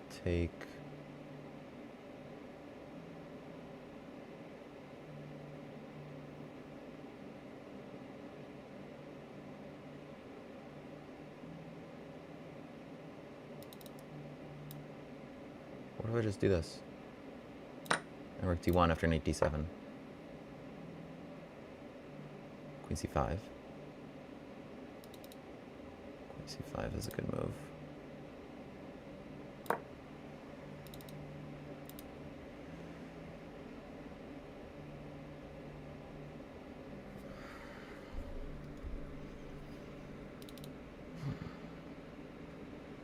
King.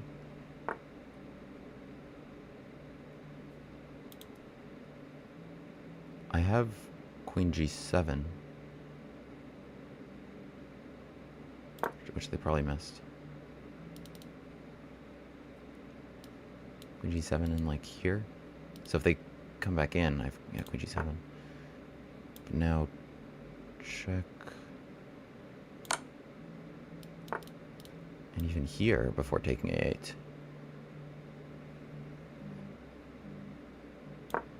Not only even allowing this resource as a draw.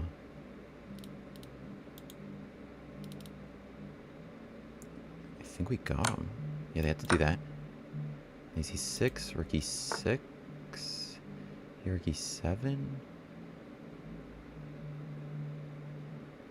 Rook e7, rook d8. Let's go here.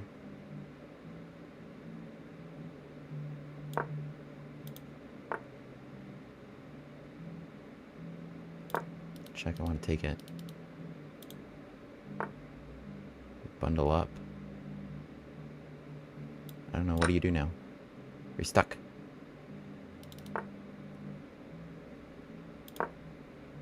A6. Ah.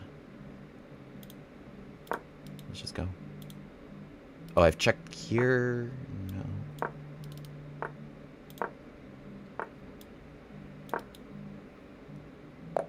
Nice. What a game, what a win. I think we got him here. I don't know. How do you defend this? I wanted to win on the board. I didn't want to win in a cheap way. But that's also part of it. You gotta work hard to find those defenses. We had the power of the Gambit glasses against a great player who found a lot of great defenses, but it's just really practically difficult. I mean, we sacrificed a few pieces there. Let's go. We got him. Oh my goodness, these accuracies are atrocious. Caro expert. I am Caro expert. I am Caro expert. What? Wow. But they didn't know the Von Hennig Gambit. They didn't know the Von Hennig Gambit. 59 accuracy, 59.1 to 56.7. In spite of both of us playing... Wait, okay. We've got to start this review. This is absurd. This is absurd. E4 C6 against Caro expert. We did not have good internet here. So we were down 456 to 414 on the clock. Okay. Knight f6, f3. So this is the Von Hennig Gambit, right? They take the pawn, main line, right? Caro expert, I'm sure, knew a lot in the main line. But we play bishop c4. We take that diagonal they just give us. And the point is that in the Von Hennig Gambit, we play against this bishop. So if you don't develop the bishop, our idea is that we just reroute it there. And if you play e6, jamming it in, right? Now I play queen e1, and I play queen h4. Now your knight is frozen. Now I have pressure on h7. If you play h6, I sacrifice with the other bishop. Otherwise, I just try to take it and checkmate you. Or force to g6 and more problems for you. This is already very good, and this happens a lot. So you need to get this bishop out, and that's exactly why we put it to c4, right? Why would we put it to c4 if we really just wanted to put it to d3 if we jam that guy in? Well, it's because of the pressure on f7. So if bishop g4 here, they lose immediately due to knight e5, which is a really, really nice move, giving the queen in exchange for the king. And otherwise, we are threatening the bishop, and otherwise, we can give the queen again to checkmate them regardless. So, bishop f5, best move, right? And here, if black just got a couple moves to play bishop e7 and castles, we'd just be down a pawn for nothing. And the engine does think you're down a pawn for nothing, which is why this line was thought to be completely refuted by just bishop f5, including by international masters who are Caro experts. But along comes the Gambit man, who comes up with this crazy move here, knight to g5. Knight to g5. Now, what we're doing is, because when we've given these pawns, we've opened up the rook and the bishop, and they haven't castled yet, where they'd be safe here, and the rook would defend f7. No, instead, what's happening here is we are threatening to take this and take this.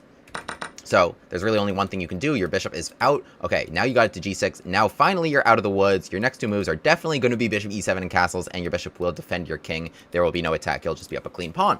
But the bishop is here, it's here, now all of a sudden it's not defending e6, and so we go for this engine disapproved sacrifice, bishop takes e6.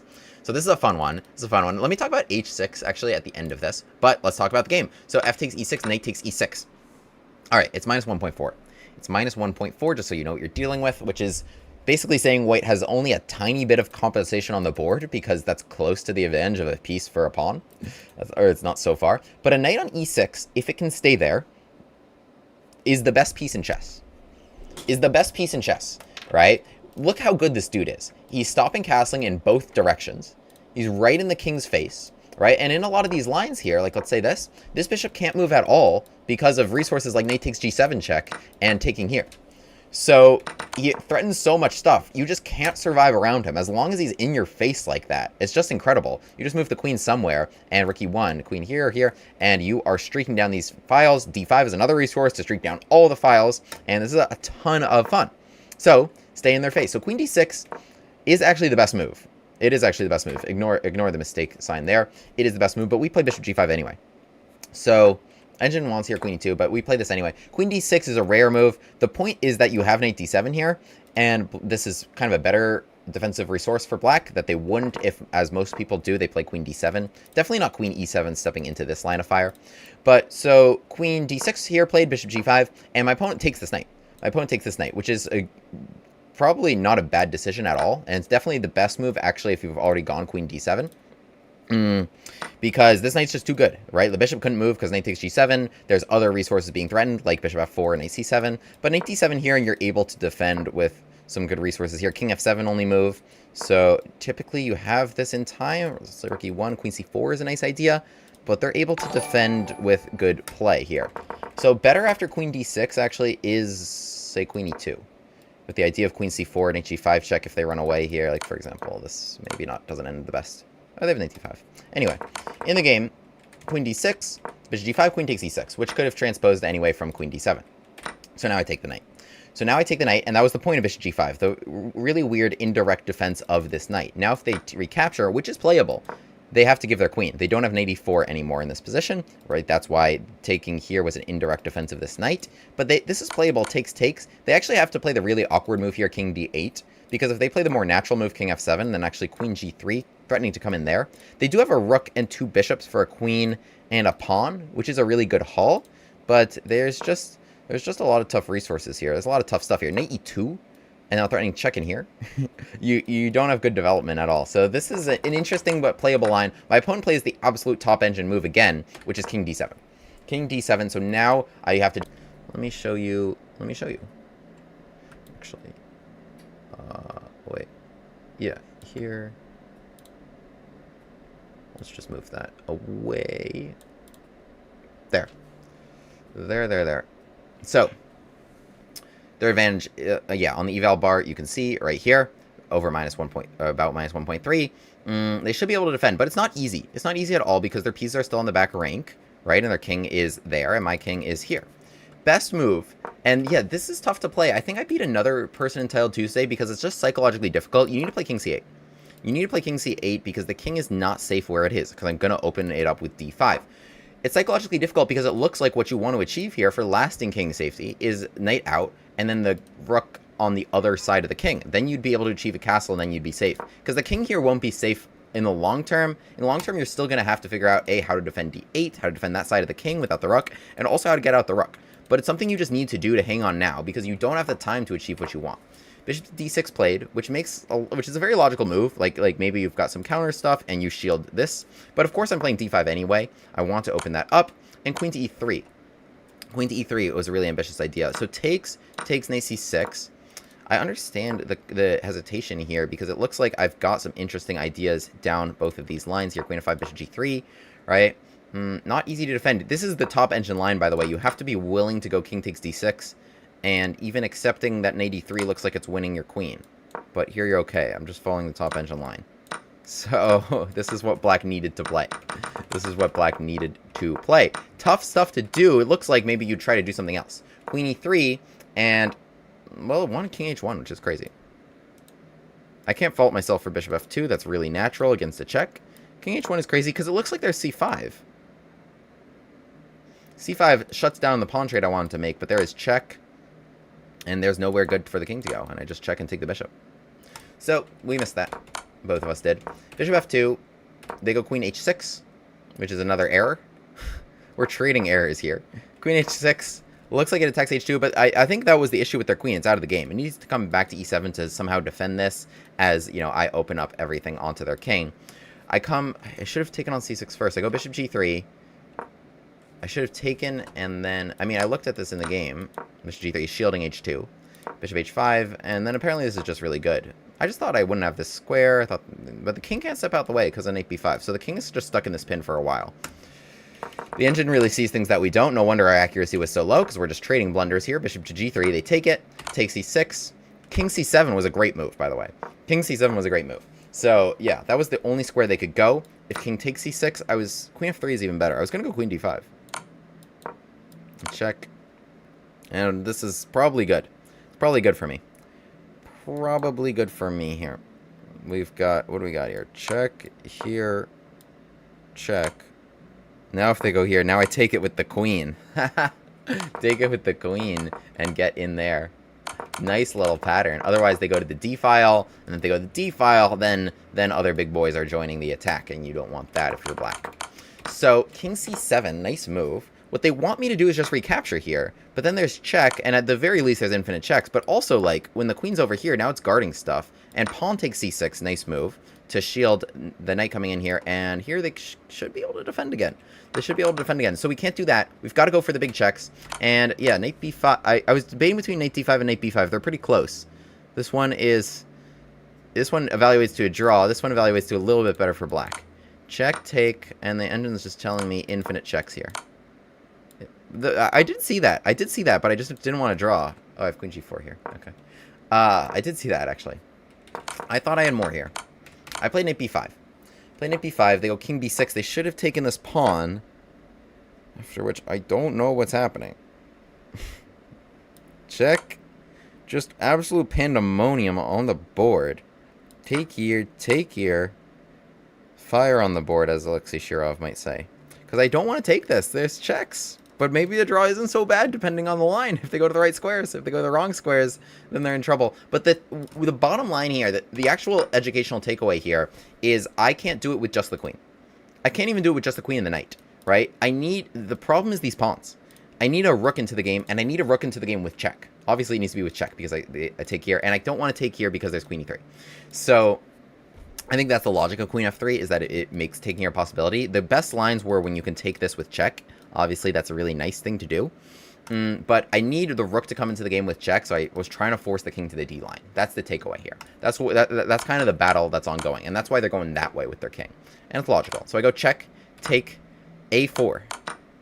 The engine's actually changing its mind here. King b6 was actually a big mistake, because I have this great line, and here's actually maybe where we start playing well. Queen d4. Right, so now their problem is king takes c6. This is what I was seeing in the game. Queen c4, and now I'm able to bring this into the game with check. And if I'm able to bring this game in with check, then I have enough firepower to finish the game, and I do.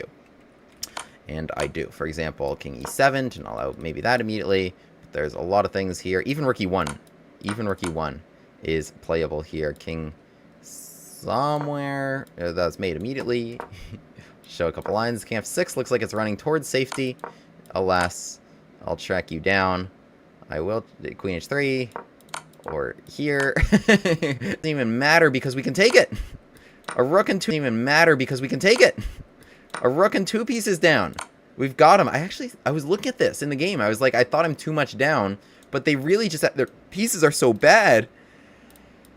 I saw the bishop d6 shelter. This is, yeah. But their pieces are just so bad that we can go check. Where do you go? Where is safety for you? There is nowhere to arrange any sort of blocks. Everything wins.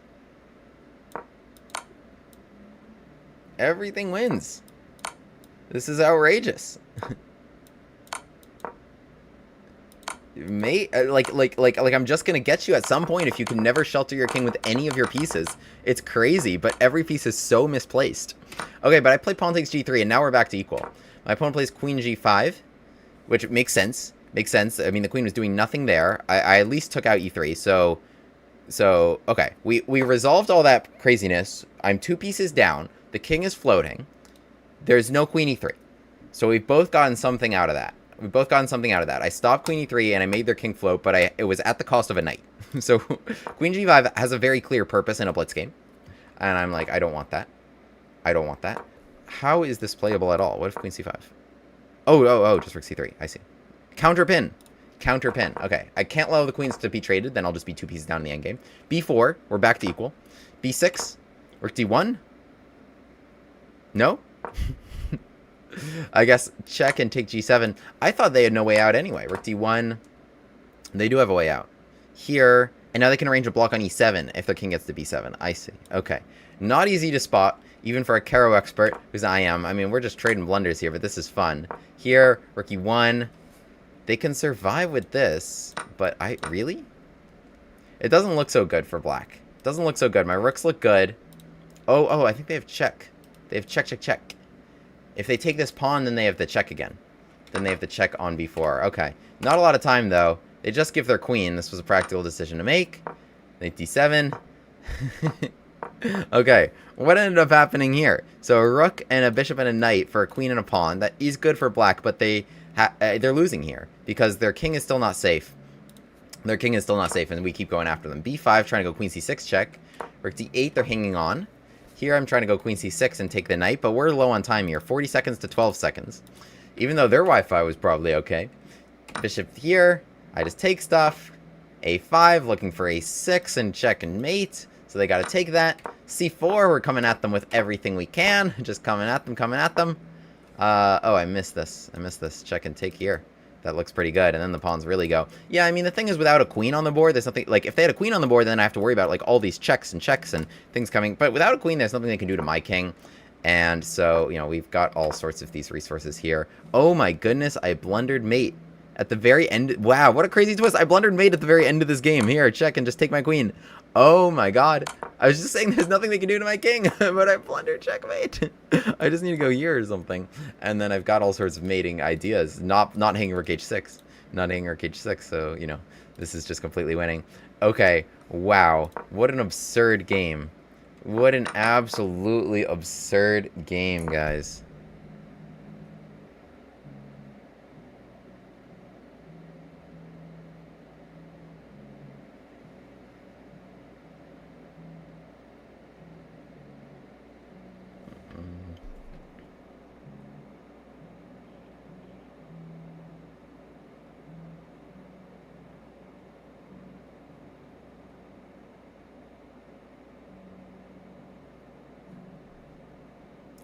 One second.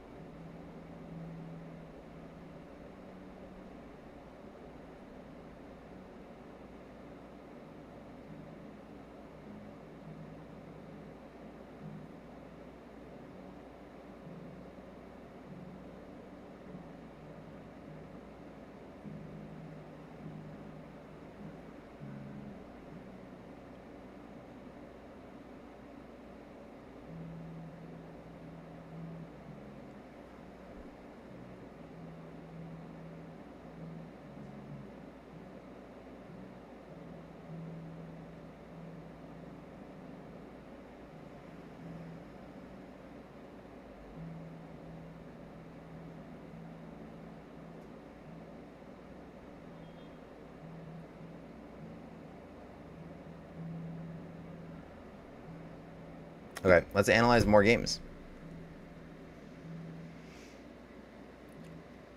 Oh my goodness, what a title Tuesday, guys.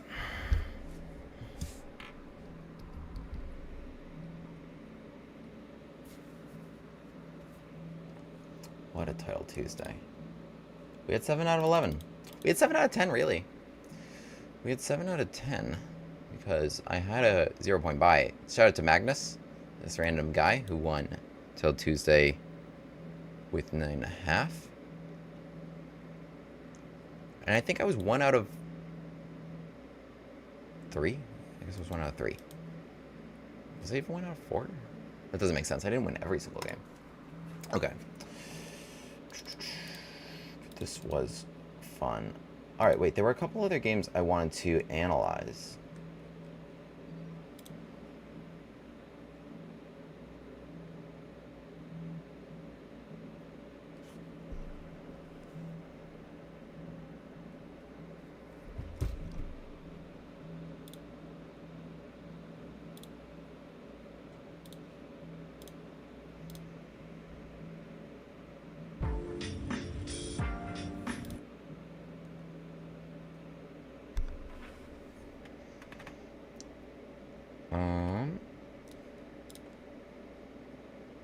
Which games are worth analyzing?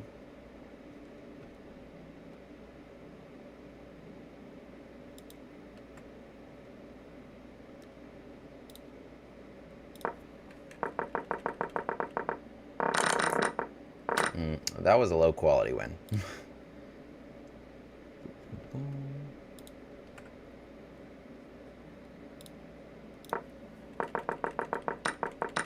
This one was fun, but I think we got better. What was this one?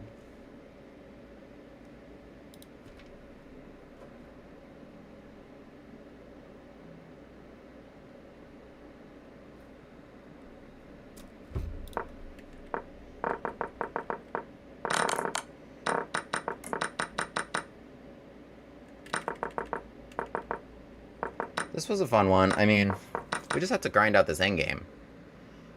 We just have to grind out this endgame, which I thought was going to be a grind with like a nice knight against maybe a bishop that's slightly inferior, a knight that can't really be taken. I could control the center slowly. But they just actually play king e7 here, and the king can't defend both these pawns. So we actually just grab this.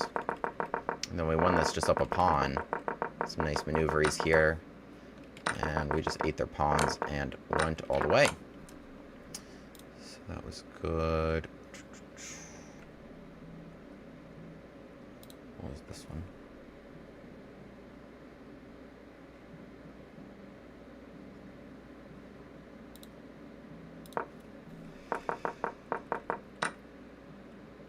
Oh wait, this game was absurd.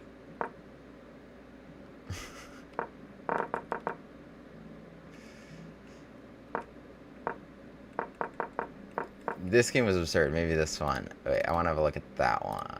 I thought there was one more that I really wanted to see.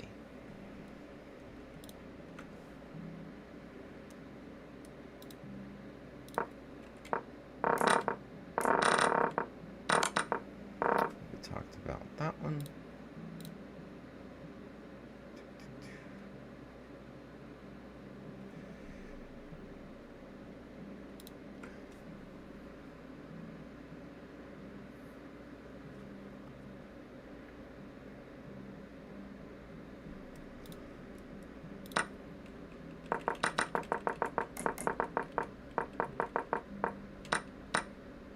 Wow, we were in the midst of this analysis. So, we were talking here. Let's see.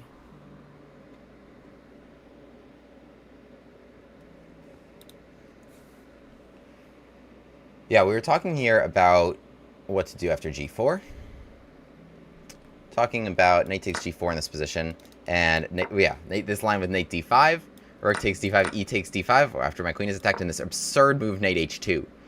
Hitting this knight twice, owing to the pin. King takes an e4 check, and black is winning. So, that's actually... wow. Wow. Anyway, in the game, they didn't play knight d5. They just recaptured on g4, bishop takes g4. By the way, the engine evaluates this to complete equality, to a draw even. And it says that, well, they immediately play bishop takes e7, which is a big mistake. They need this dark square bishop to keep my knight out of this devastating d4 square. And in this position, they should be able to come up with some defenses. But the thing is, this pin is really annoying. It's not broken easily. And if I start bringing resources here, it's not clear what you do. I think what you need is like king g2 and rook h1 as your best defense. Or like this rook needs to come over. But not hard, kind of hard to bring over resources. But they do have one other annoying thing, which is this knight d5 thing.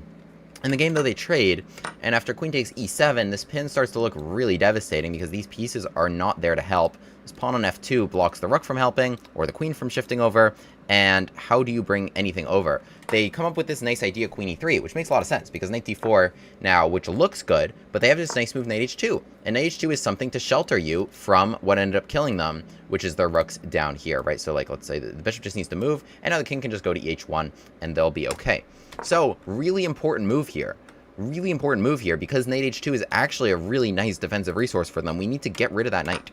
We get rid of that knight, which is a huge decision, and that was the key here. Because now after queen takes, we bring the knight into d4, and queen g4 just makes a bad problem worse.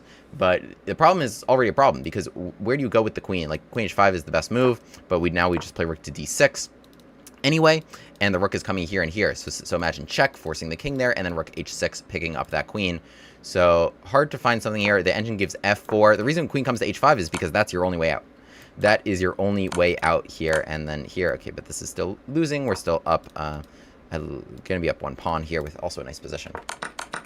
So that was your only way out, to try to trade queens. But they play queen g4. I think they're just kind of oblivious to rook d6, and they have nothing to bring. They have nothing to shelter their king with at all, and rook g6 is just going to kill them. It's winning their queen. The queen needs to step out the way, but if you step out the way, then again, there's nothing to shelter your king at all.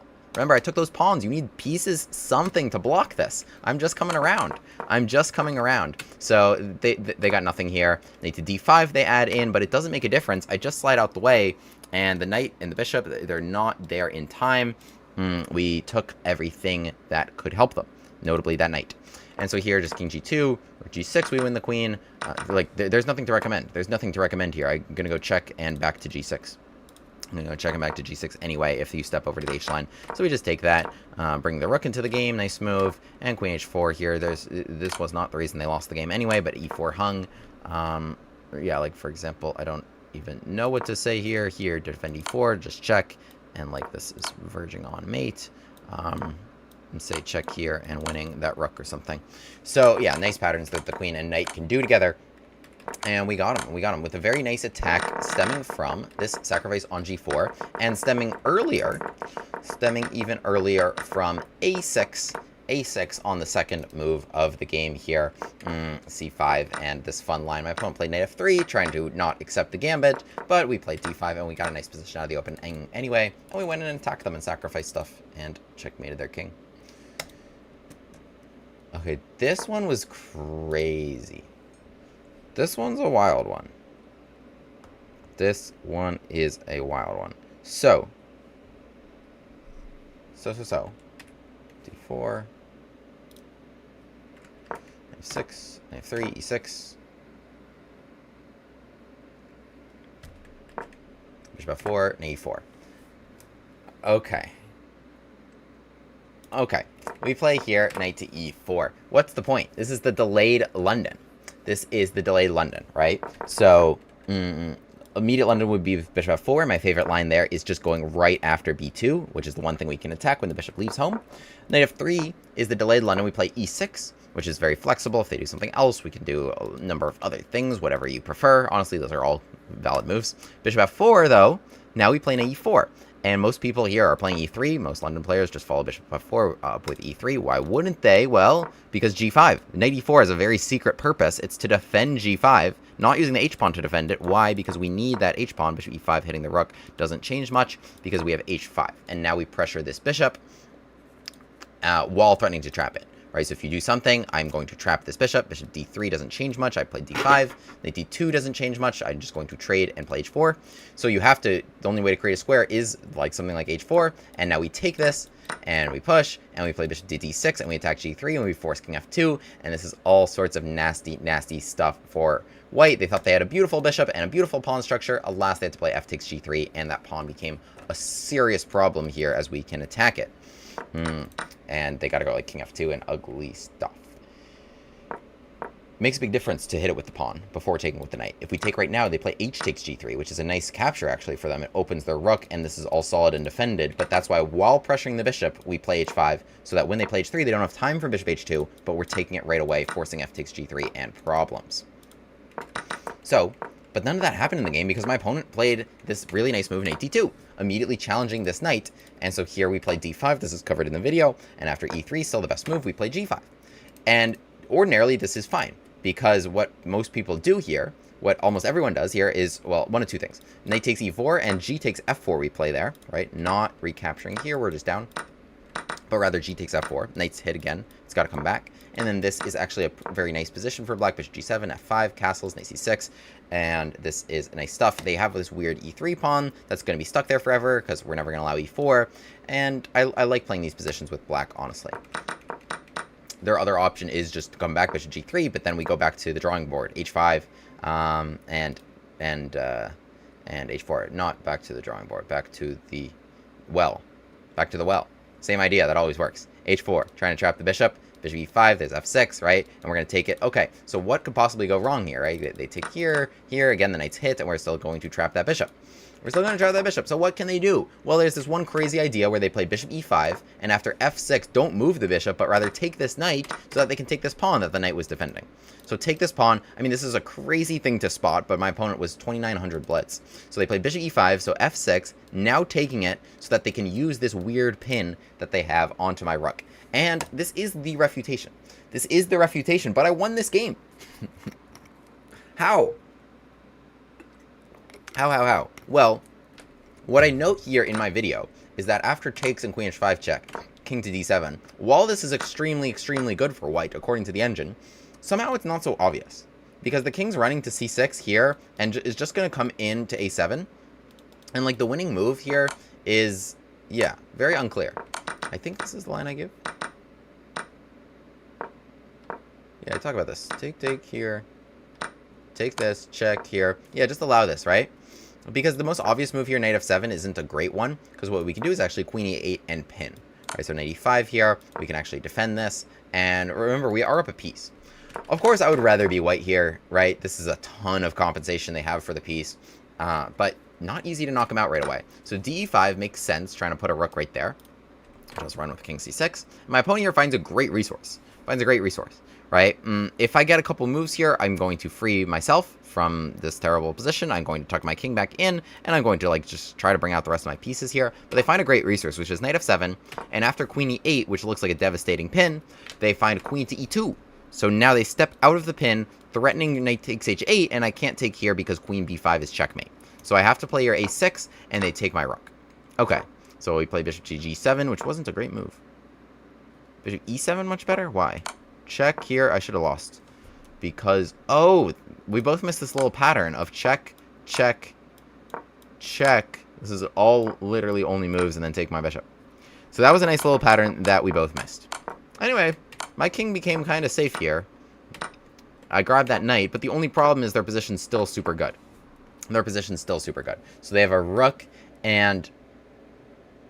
Wow, they have all 8 pawns. So they have a rook and 3 pawns for bishop and knight, which is already a great haul. And also, like, their pawn structure is great. My bishop is just staring at nothing. Like, none of my pieces are really doing a good job. And my king is still, like, kind of eh. They do a crazy move here, which is b4, which is kind of wild. They could just kind of continue with castles, bishop c6, but they really thought that they should be able to get my king right away. The thing is, I can just kind of tuck back into a7. So finally, 8 pawns to 4, I'm able to get my king to some semblance of safety, guarding against queen b6. Only the game becomes crazy all over again. So they play castles. This is still like +2 for them. I play bishop f8, which was a big blunder. Bishop f8 makes a lot of sense. Like, of course I want to take that pawn. But what I needed to do, I would have finally been in the clear if I just like kind of moved my rook so that I wouldn't get jammed in again. But bishop f8 invited another great sacrifice for white, which was rook takes d7. So I really probably should have lost this game. Takes queen b6 check. Here, they go queen d8 check. I have to come back, bishop here. And now you can see like what this queen is doing to me. Yes, I'm a piece up, but A, they've got 4 pawns for it. B, I'm pinned here and pinned here. So my pieces had to come back. Not pleasant stuff. My opponent's kind of been wearing the Gambit glasses this game. Bishop c4, another great move. They're trying to take e6 with this pin. What can we do here? I try king a7 so that something. I mean, queen b6 here. It's hard to come up with anything here. Like queen g8 sort of to defend that. But it's like queen g8, you step into more problems? Step into more problems? Yeah. I don't know. King a7 here. They should have played queen b6 and forcing me right back home. I don't know what the... And then rook d1 and rook d8. So that was their idea. That was their idea. Alas, I found one resource, which is rook b8. So that when they check me, I can tuck my king over on a8. Which I thought was good. I thought was good rather than the king and the rook being the other way. Where, like, this could just checkmate me or this could kill me.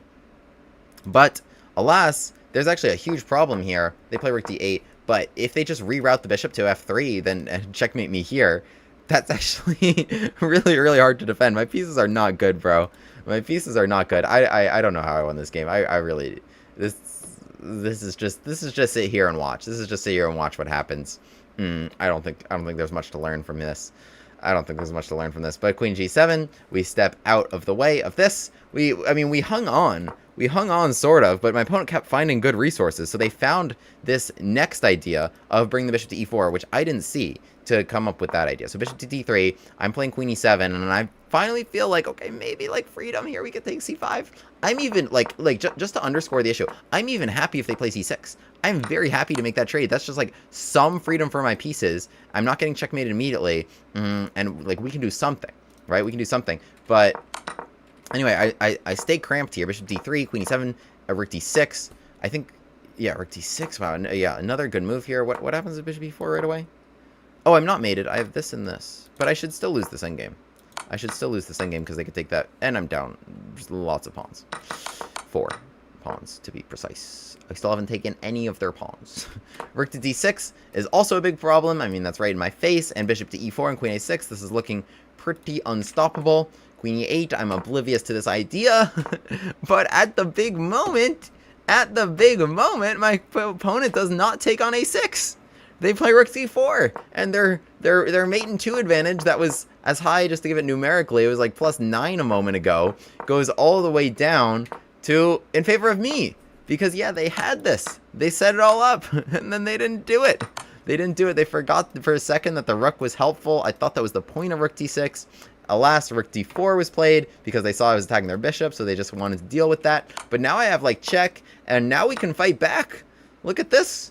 Look at this. We're fighting back. We take that rook, and all of a sudden, how the turntables, we are up a rook, and we are not getting checkmated. But we're just blitzing out here at this point. I mean, you can see the clocks, right? My opponent played a lot of good moves, but they spent a lot of time to do it, and I think that was their issue here. They had 16 seconds to 15, and they just need to play on instinct here. Rook d4, they saw the bishop was attacked, and they've just forgot for a second about this. They're just playing on instinct here. They're just playing on instinct because rook d4. And anyway, but this position is fine for me to play. I just need to not get checkmated as we just move around. Try to trade queens, king a7. Okay, I'm not going to get mated on a6 anymore. That was kind of my biggest concern.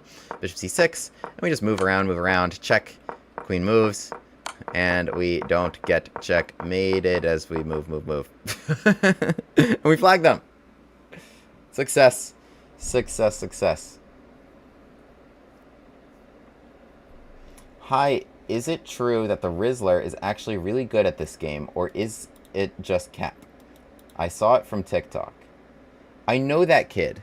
Do you know how I know that kid? Because I'm a big Mets fan, and in October 2024, at the playoffs, I was at Citi Field, and they put him on screen. And I'm like, who is that? But he was there at Citi Field. So, I have no idea. I have no idea if he's good at chess. We truly out here. What's up, Jake Biederman? 2175. Hello. Okay. Well, you just saw a wild title Tuesday.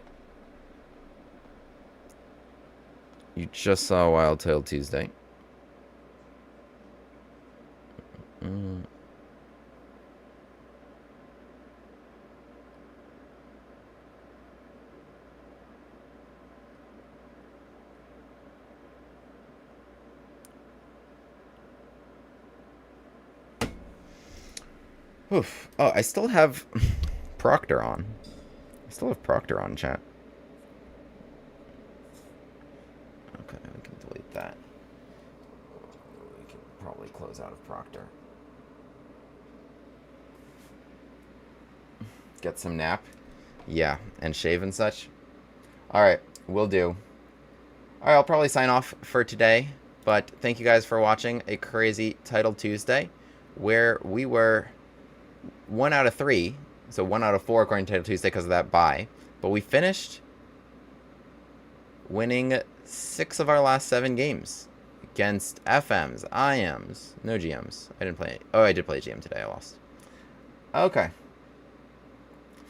Appreciate you guys. See you guys next